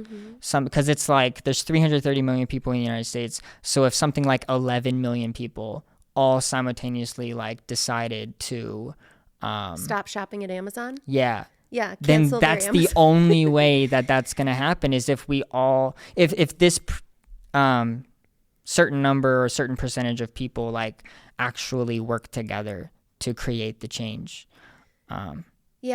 And I'm just I don't want the United States to like stop existing or to burn it down or anything. Right. And, I mean, I think that the reason that like I care about this country because of what it should be, because of what it can be. That's why I'm still in education. I've never in my life not been an educator. For 30 years I've been involved in the education system. When I went to daycare, my great aunt was the owner of the daycare, and she's a retired preschool teacher. So she basically ran the daycare like a preschool. We were all learning how to write our names. We were learning the days of the week and the weather and how to count to 10. And we did all kinds of arts and crafts projects and like play-based learning and all this stuff. And, then I went to, like I said, put the Rock Island public school system and then Blackhawk and then college. And then right after college, I started teaching. I've never not been in the education system. It's all I know. And so it's like I want to see it exceed all expectations. I want this country to be amazing, and right now the people in power like are trying to tear it all down, and it's we're not gonna survive as a country if we keep just letting this happen. I feel like the people in power don't want to tear it down, but they want to have these two parallel economies. One that the super connected and wealthy live in, and then another one that the rest of us live in. Well, and there's this really cool video. Sorry, I didn't mean to cut you off. No, that's fine. It's called "Why You Don't Matter Anymore," economically speaking, and it just came out like a week or two ago. And it basically, the thesis of the video is that like the richest people spend so much of the money in our system that half of the country could just not be able to buy anything, and our economy on paper this would still go up. Like our GDP would still rise. So GDP is becoming in some ways it's completely irrelevant to the health of our nation. I mean, stock prices, the stock market, the GDP, it still matters, but it's running parallel to the economy that the majority of people live in, which is people can't afford houses, they can't afford their health care. So it'll be interesting to see what happens. And I don't know what the answers are, but we don't want to end up in like the Hunger Games where there's like a capital where everyone who has lives, and then where the rest of us live outside of that capital and kind of scrounge for the scraps. So there has to be a redistribution of wealth in a way that I want to see that happen, where however that happens, people have more access to capital. And that's where I feel like I am a capitalist, because I want the people to have their dollar to kind of shape how the whole system turns out. The idea of the city buying a property and then being like, here's your housing. I don't like that as much, because I feel like maybe it's a good temporary stopgap, but I feel like at the end of the day, what gives people happiness, joy, hope, ownership, pride, in this country at least, is in part ownership. Well, and it depends on how your city is set up too. Like almost in some ways you'd have to build a city from the ground up to really be able to lean into like decommodified housing. Like it doesn't work if every house is a single family house. Like you have to have a city I just learned about this new city. They built a new city in the Netherlands, and they constructed the city so that the main road is like a big oval around the outside of the neighborhood, and then there's a road in the middle. And if you want to drive, you have to get to the main road and then go like around. And the city's constructed so that it's faster to walk and bike place everywhere. The city was constructed with pedestrians and public transportation in mind. And like whenever there is a bus route, the bus has its own lane. The bus doesn't have to get stuck in traffic. I don't understand why public buses don't have their own lane. Like on 38th Street, it's like 6-7 cars wide. It's a 2-lane road with parking on each side. For me, I think that we should just keep it a 2-lane. I think that we need to have, like, there's the sidewalk, and then the first lane is a bike lane, and then the next lane is a bus only, and then it's car, and then bus on the other side. So, like, you have this huge street. It's like, let's do something with it. Like, make the sidewalk safer. I hate the sidewalk on 38th Street because it's like the curb is like 2 inches tall. It's basically just an extension of the road. I do not feel safe walking on that street. And these cars are just flying by. Like, the speed limit's 30, but these cars are going 35, 40 miles an hour down 38th Street. I don't think you could get 6 lanes on 38th Street.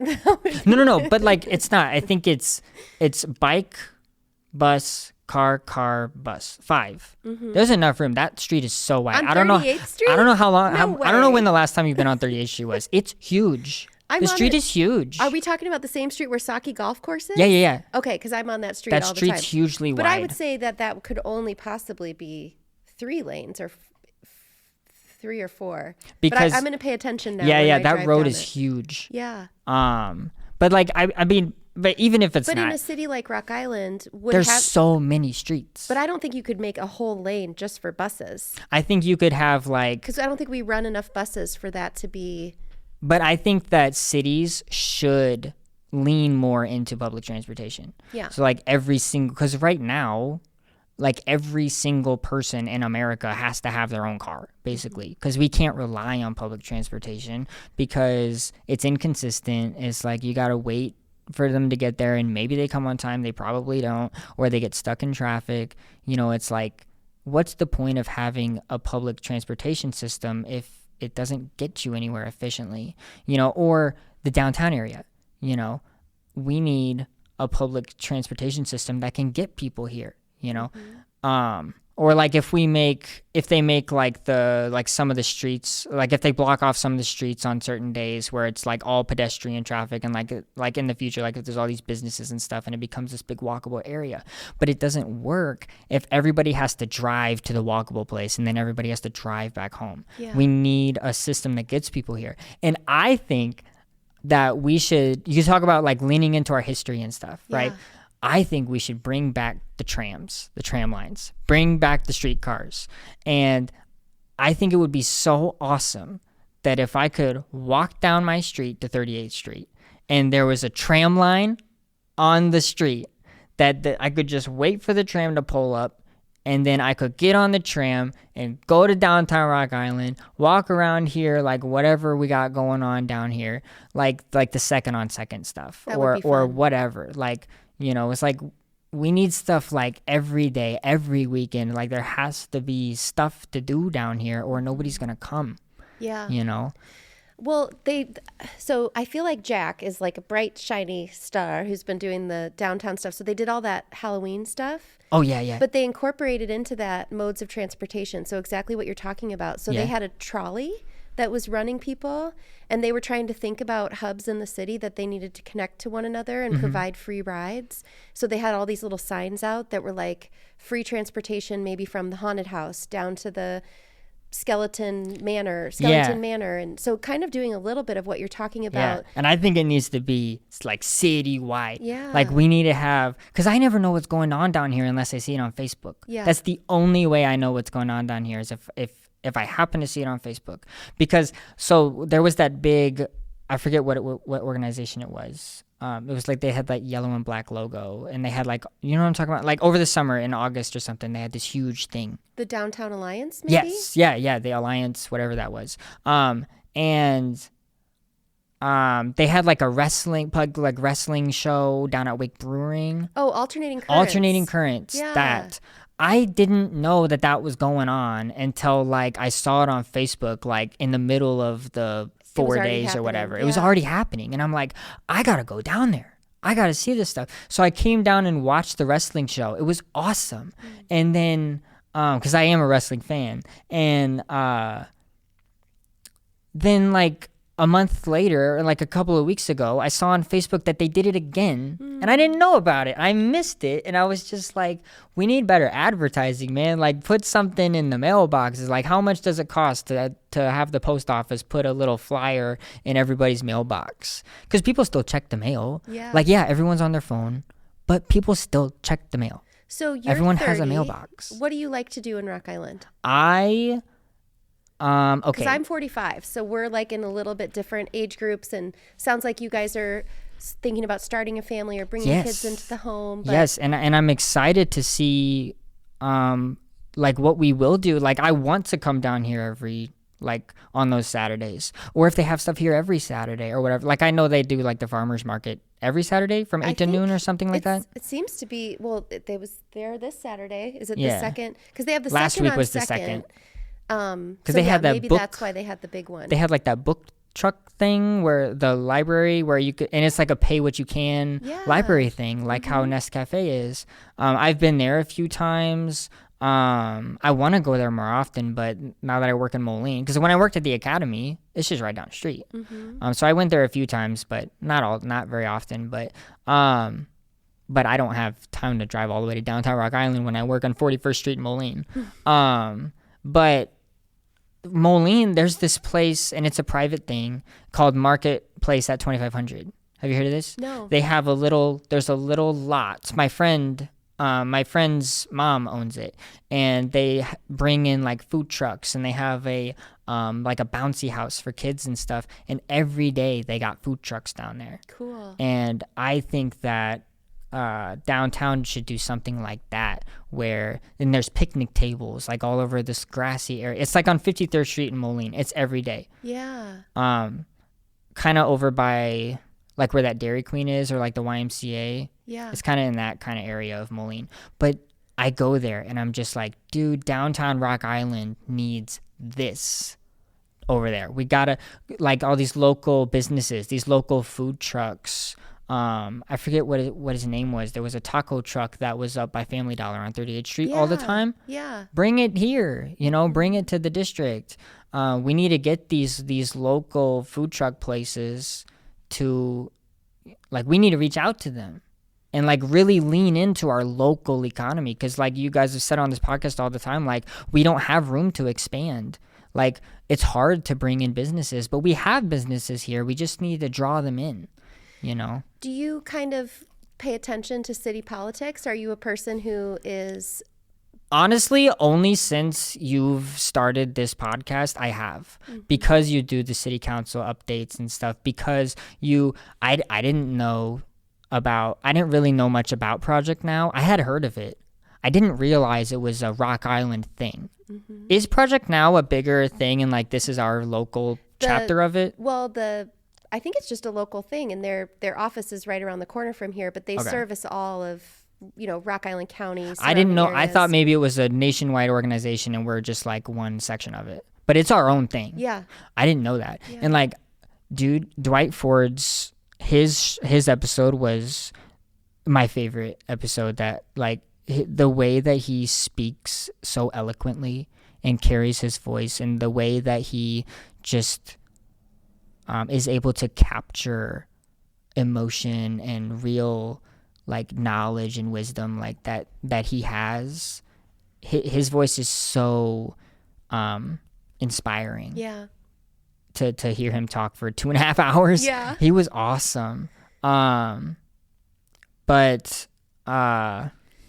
I forgot what I was talking about. Sorry. No, but I think like you're a person who is, well, you're younger than me, but has Oh, energy and ideas and thoughts to share. And I think one thing we're kind of missing is opportunities to do that.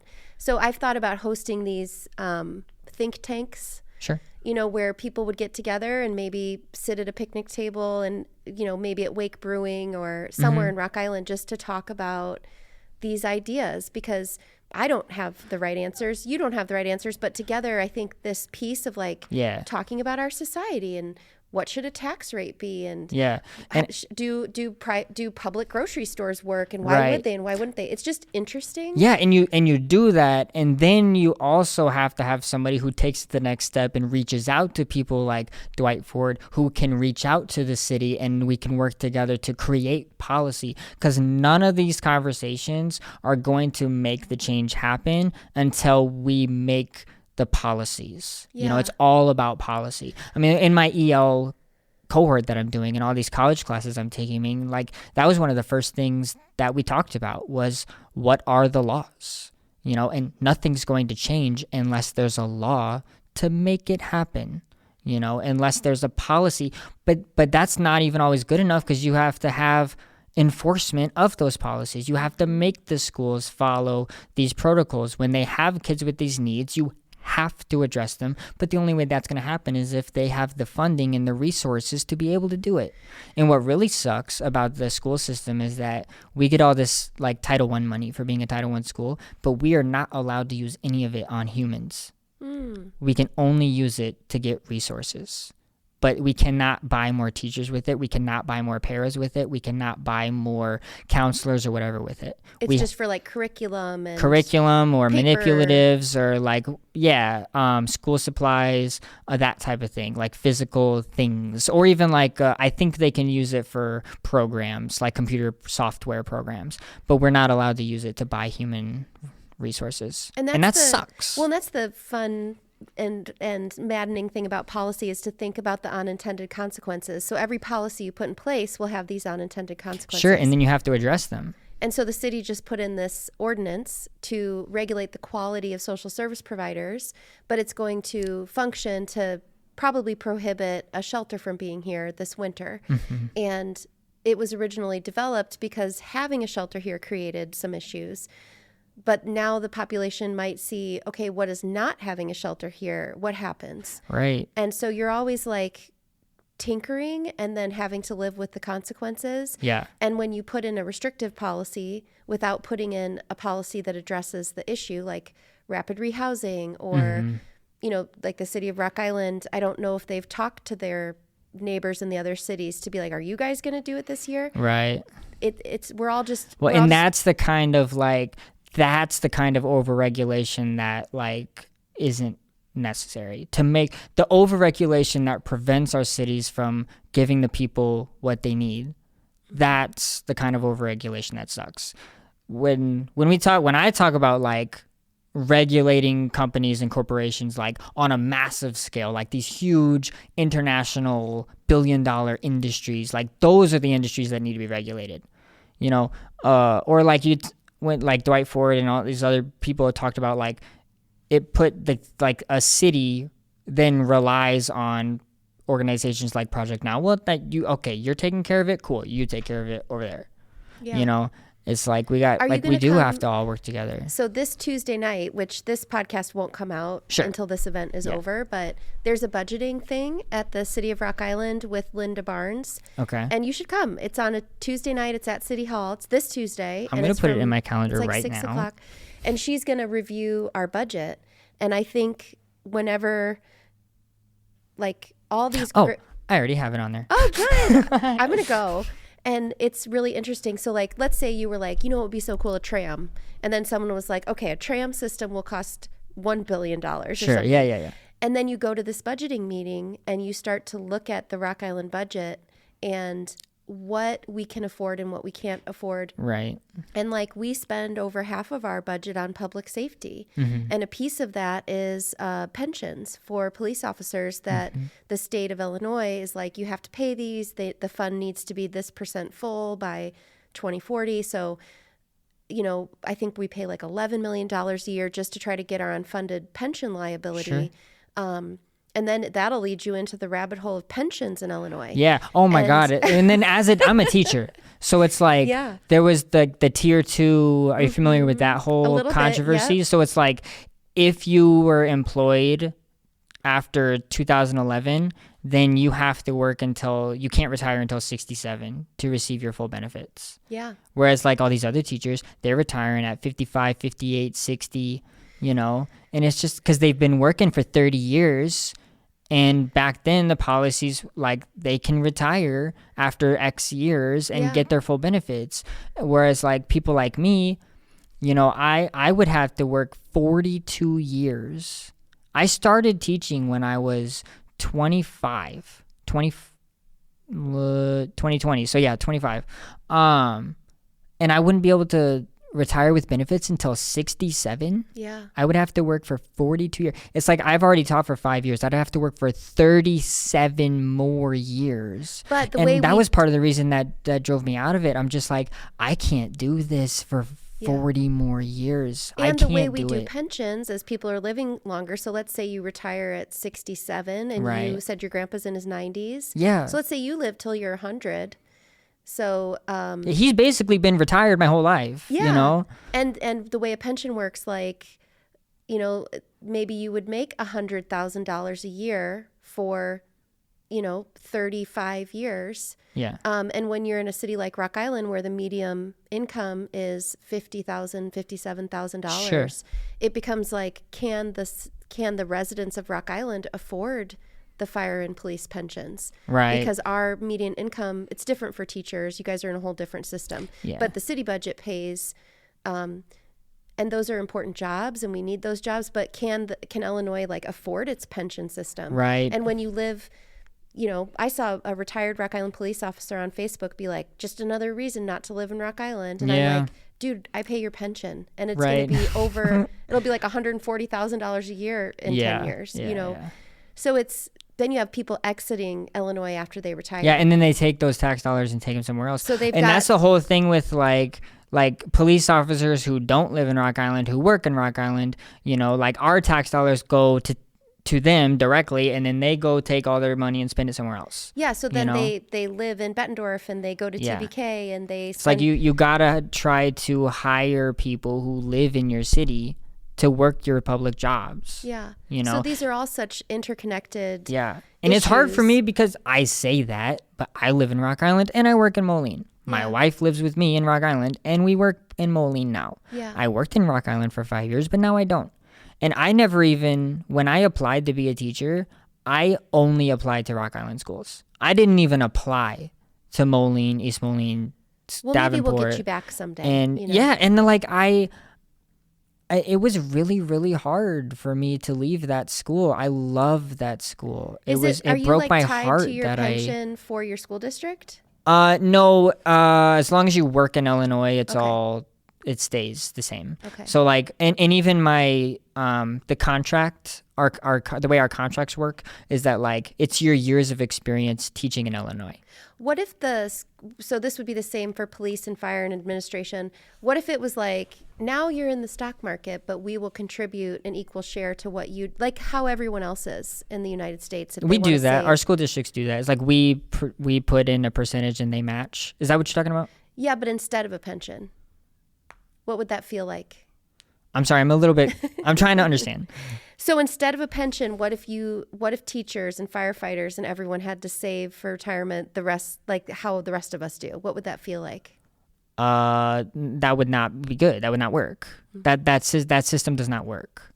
And like and it used to be in this country, like we didn't have 401ks. I think because I saw, and I'm learning all this from like, and I know that the creators that are making these videos are reputable. Like I make sure that the facts are right, because I try to learn as much as I can about this stuff, and I don't want to say anything that's wrong. But my understanding is that like it used to be called just 401 plan, and it was like every time you get a paycheck, the company's putting in an investment like to the side, and then you work there for 25 years or 30 years or whatever, and then once you retire, they're investing this money and it's just for you. Mm-hmm. But now they don't invest as much themselves. They make us put our own paycheck back in that bucket.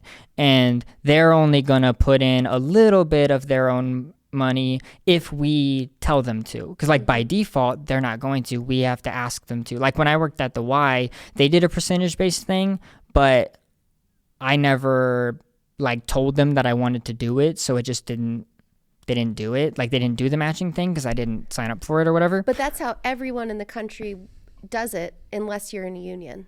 Yeah, and only like I think it's like 3% or 3.5% or whatever of all jobs in this country are in a union, whereas like 50, 60 years ago it was the opposite. It was like 30% of all jobs were unionized. And now it's like 3%. Do you think it would be better to eliminate pensions and stuff and make everyone do it the way non-union, the way 97% of people have to do it, or do you think it would be better to like, how do we deal with this like retirement issue? Because I think what you were saying earlier, would you have to get, but then you wouldn't need retirement because you'd know that when you got exactly. older, The whole system would fundamentally change so that the way we do things now is retirement and Roth IRAs and Social Security and all this stuff. And that's the way our society is. If you fundamentally alter it in the ways you were talking about with dividends and all the progressive dividends and all this stuff, that replaces the need for Social Security, where people don't have to pay into Social Security their whole life so that they can get it back when they're older. It's just the system already provides it for you during your whole life. Because we'll run into this issue where like Social Security is not funded, but also a lot of these pensions aren't funded either. Yeah, it's just made up numbers. It's all abstract. It's not real. You know? Yeah. So it's like the hopefulness of being an American. Like we'll just keep running on this credit. Yeah, and it's like it works out. Or like the richest people, like they just want more and more. They want infinite growth in a finite system. So that's not sustainable. Is it fair for a retired police officer 10 years after he retires to make $144,000 a year when the median income of the town that he served is only $57,000? Right. Because that's not equitable. Right. It's all about equity. But it could be the same could be said for a teacher. You know, my mother-in-law's a teacher. She taught for Rock Island. She has a pension. She lives in Florida. Yeah. You know, you should be able to live a fulfilling life like without having to work until you die. But you know what I mean? So the Democrats have always been the upholders of unions, and I don't know how I feel about unions. I'm having this like what do you mean? Crisis of conscience about unions. But you work with like what's the apartments? The what? The apartments downtown. Oh, downtown here? What's that called? What's Century that Woods? Century Woods. Like you're doing all this work with Century Woods. That's basically like a union.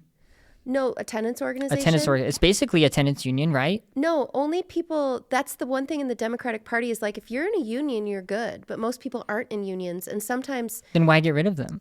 Well, you have to create unions for everyone. Yeah. Because the union system becomes its own structure of power. Yeah. And that's like the main crux of like the new system is that like the citizens and the workers are the new people in charge. But you have fire unions, you have police unions, you have steelworker unions, you have teaching unions. So you have these industries that are unionized that if you're not in the union, you can't get the jobs.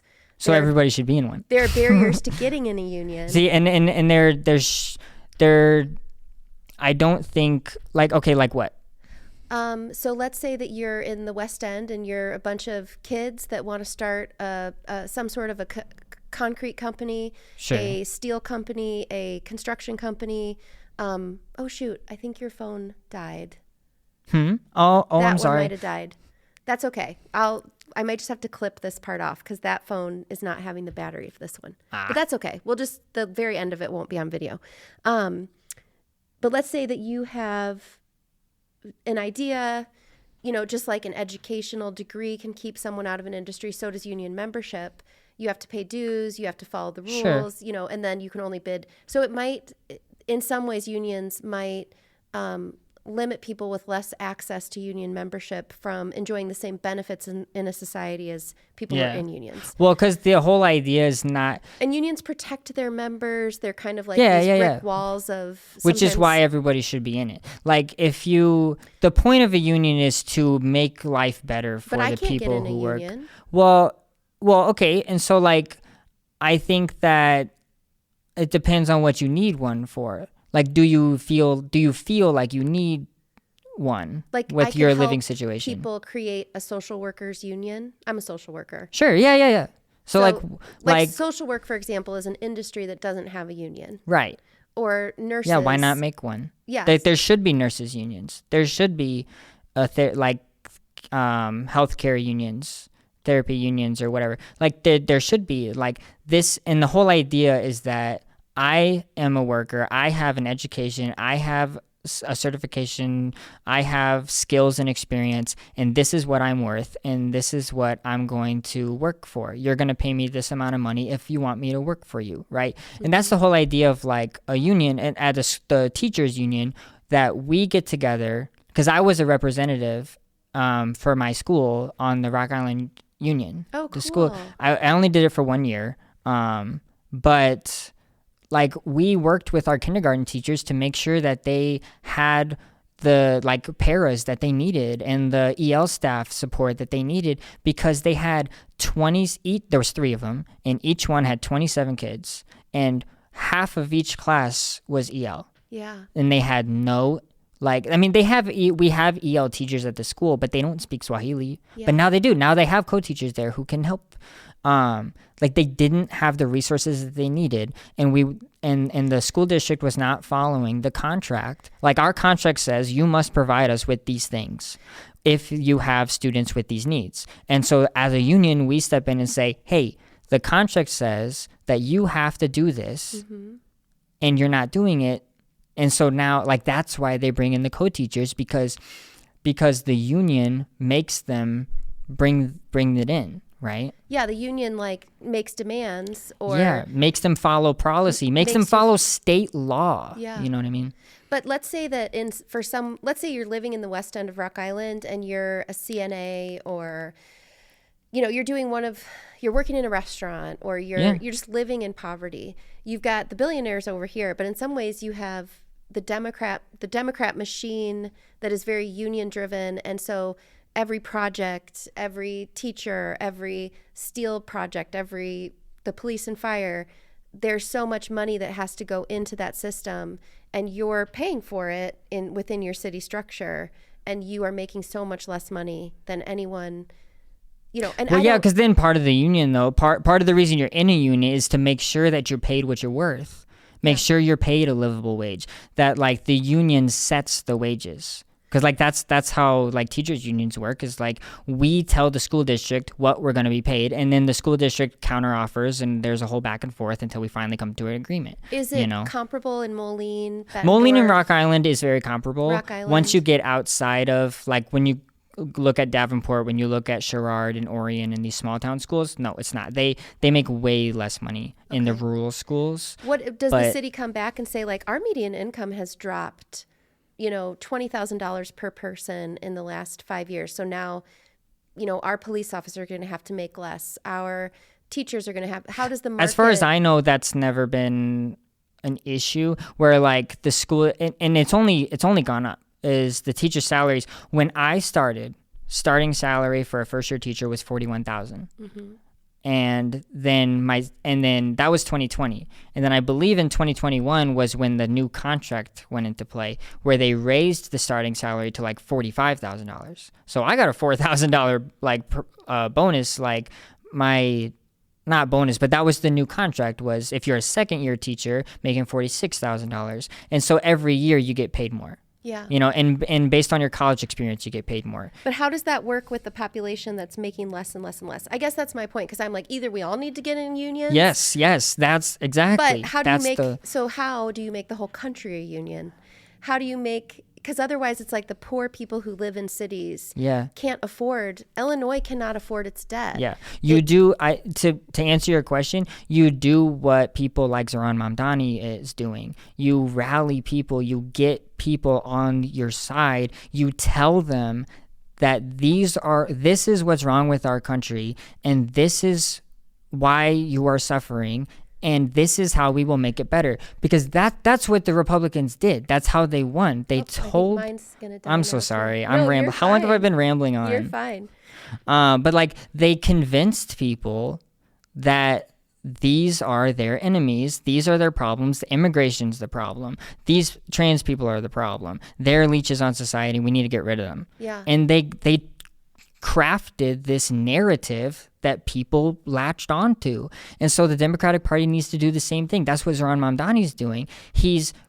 And his narrative is true. There's going to be The difference so much is- pressure on him to deliver. Oh yeah, and I think he can. Because There's no doubt in my mind that he can do the things that he wants to do. Okay. There's no doubt in my mind. And people say like, well, the rich people are going to leave if you tax. No, they're not. Where are they going to go? It's New York City. Where else are they going to do business that's a bigger population than New York City? They're not going to go anywhere, and he's like talking about raise their taxes by 2%. It's like, and that's enough money to do a lot of good. So we don't even have to raise the taxes that much because like that's how much money exists. Like it's unfathomable how much money exists. It's like, do the math. It's cool to see if he'll be able to pull it off. Because if you're going to be a mayor of a city and all of a sudden you're going to try ideas like universal preschool, like a grocery store, publicly owned grocery store.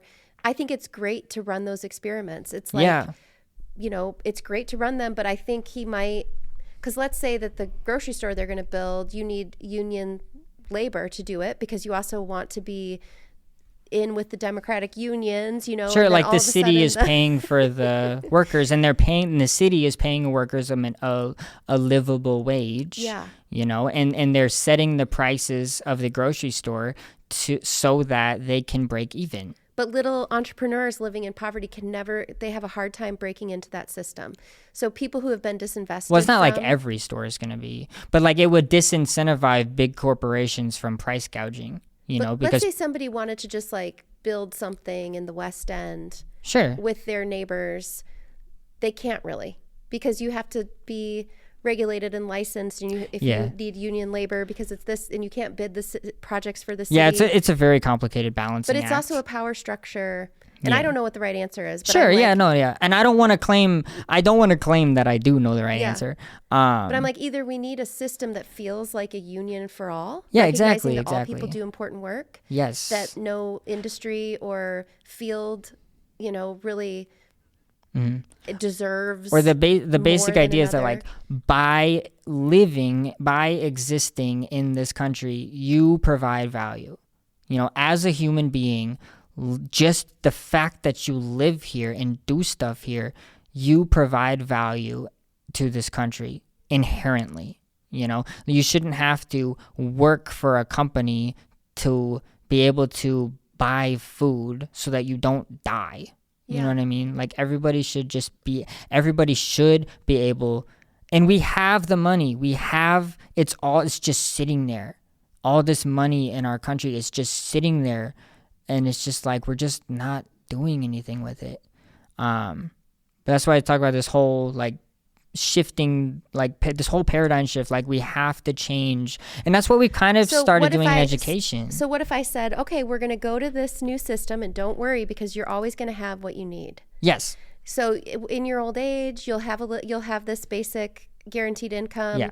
You can work on top of that, and you can save if you want to. But you're not going to die if you don't. Money, but you maybe won't have the fanciest house. You won't have. Yeah, exactly. Would you be willing to trust that and give away your union membership if That's everybody why, was doing it? Well, what do you mean, like the teachers union? I think it can all work together. I think it can all work in tandem. But those unions will make it harder. It's like piecing together all these different things. I don't think that a teachers union would weren't unions make it created harder to like get basic worker rights, like the 40-hour work week, no weekends, holidays, paid holidays and stuff. And it's like these people literally died fighting for these rights. Like the corporations would call the states, and the states would send the National Guard to fight back against these workers' unions. And pensions, initially it was like the widow's pension. It was to take care of a woman and child if their husband died. Or like paternal leave. You know, like these corporations, they just want, like, if you're they want to know that if you're pregnant, they're not going to hire you, because then you won't be, they're going to hire somebody, then you're not going to be able to work, and they don't want to pay somebody to not work. But as these things then got enshrined in law, like as you work in your legal system to enshrine these things, and if everyone shared a dividend, then a lot of those things would go away. But they only happened because of the unions. Definitely. And so you have to keep the unions in play. You can't. But wouldn't it just be the union extending what it's fought for to everyone else and just yes, saying, and then you keep it. But if you you have keep to it, then keep you're it. going to have this huge then you advantage you over have to be everyone careful. who's not in a union. Then you advantage. have to recruit, right? You have to recruit. You have to tell people that in history, when people weren't part of a union, this is what happened. We want you to be part of this so that we can keep this society running. So you know what I mean? think of the dividend as being a giant union of everyone in the country. Sure. Yeah. But you can't keep your extra union on top of it, because just like the billionaire that we're asking to give back to the pool, we're going to ask the union to give back to the pool, and we're all going to be in this experiment together. You know, I think maybe we're overcomplicating it. I really hope I'm not coming across as like argumentative or anything. No, oh my God, this is because so fun that's like for my me. biggest fear is that Not like at all. people think that I'm No, I'm mad actually at them. excited that you're the first person I've been able to like, you know, kind of mix it up with a little bit, because I'd actually love to talk to people with lots of different opinions, but and see, and this is why kids gotta go to school so that they can develop these critical thinking skills about the world. Because otherwise they're just stuck in survival mode, and they can't move past, like I said earlier, the Maslow's. You know, right now we're in like our conversation right now is only happening because our bottom of our triangle is filled. These other people, they can't think about this kind of stuff because they have to go eat. This is what higher education for me felt like. Was you would sit in a room with other students, and the teacher that's what it's supposed to be. For us, the teacher assigned books that were controversial, that you would disagree with, and in their philosophy, it was like, this is what will actually make you understand more deeply what it is that you think you believe, because you'd have to like argue the counterpoint, or you'd have to like think it through. And to me, that was the whole thesis of 6th grade. It was make a claim, have evidence to support your claim, and have a reasoning of why does that evidence matter to your claim. That was the whole purpose. Everything, science, math, ELA. How did you come to the solution? Or like, what is your solution? Whether it's math, science, or reading, you know, what is your solution? How can you prove that it worked? And why should we care?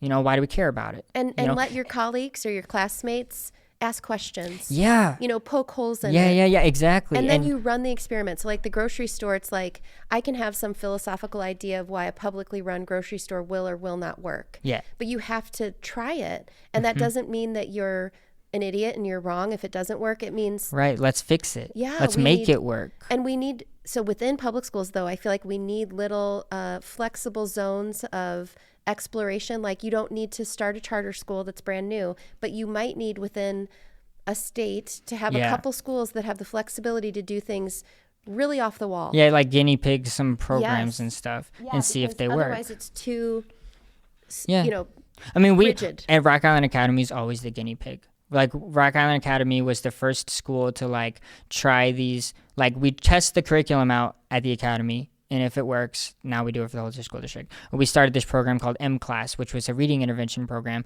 We were the first school to start it.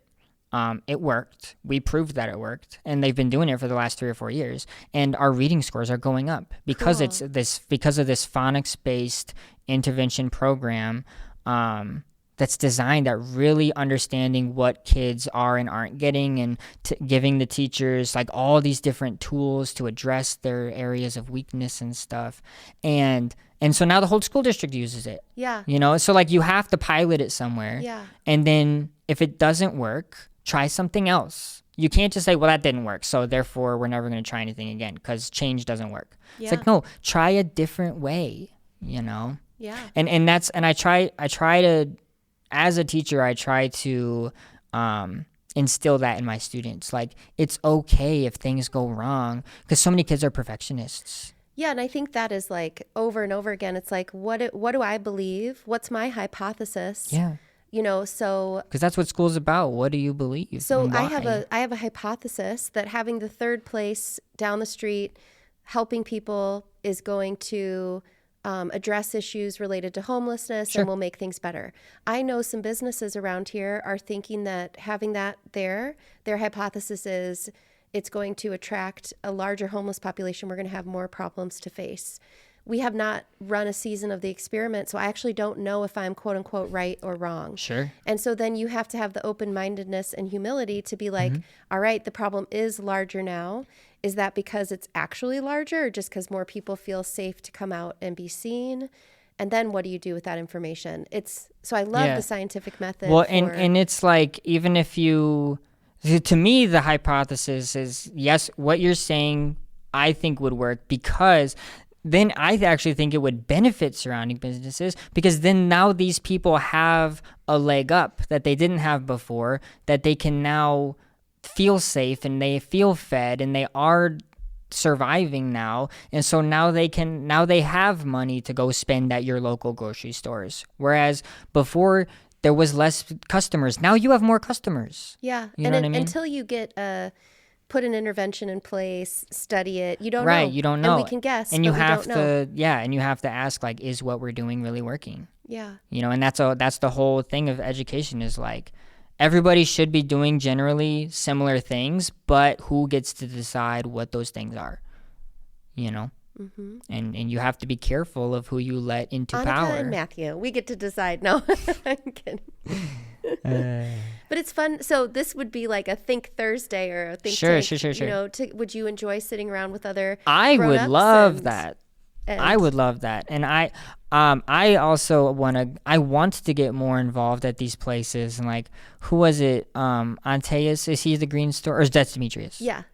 Or which one was Demetrius owns the green store, and Antaeus does Under the Helmet. Okay, yeah, because one of them was talking about like helping out kids, right, at schools and stuff, and having like a place where they can like tutoring or something like that. With tutoring. Yeah, I would love to try to help out with that. Oh, I'll you connect know, you and like with him.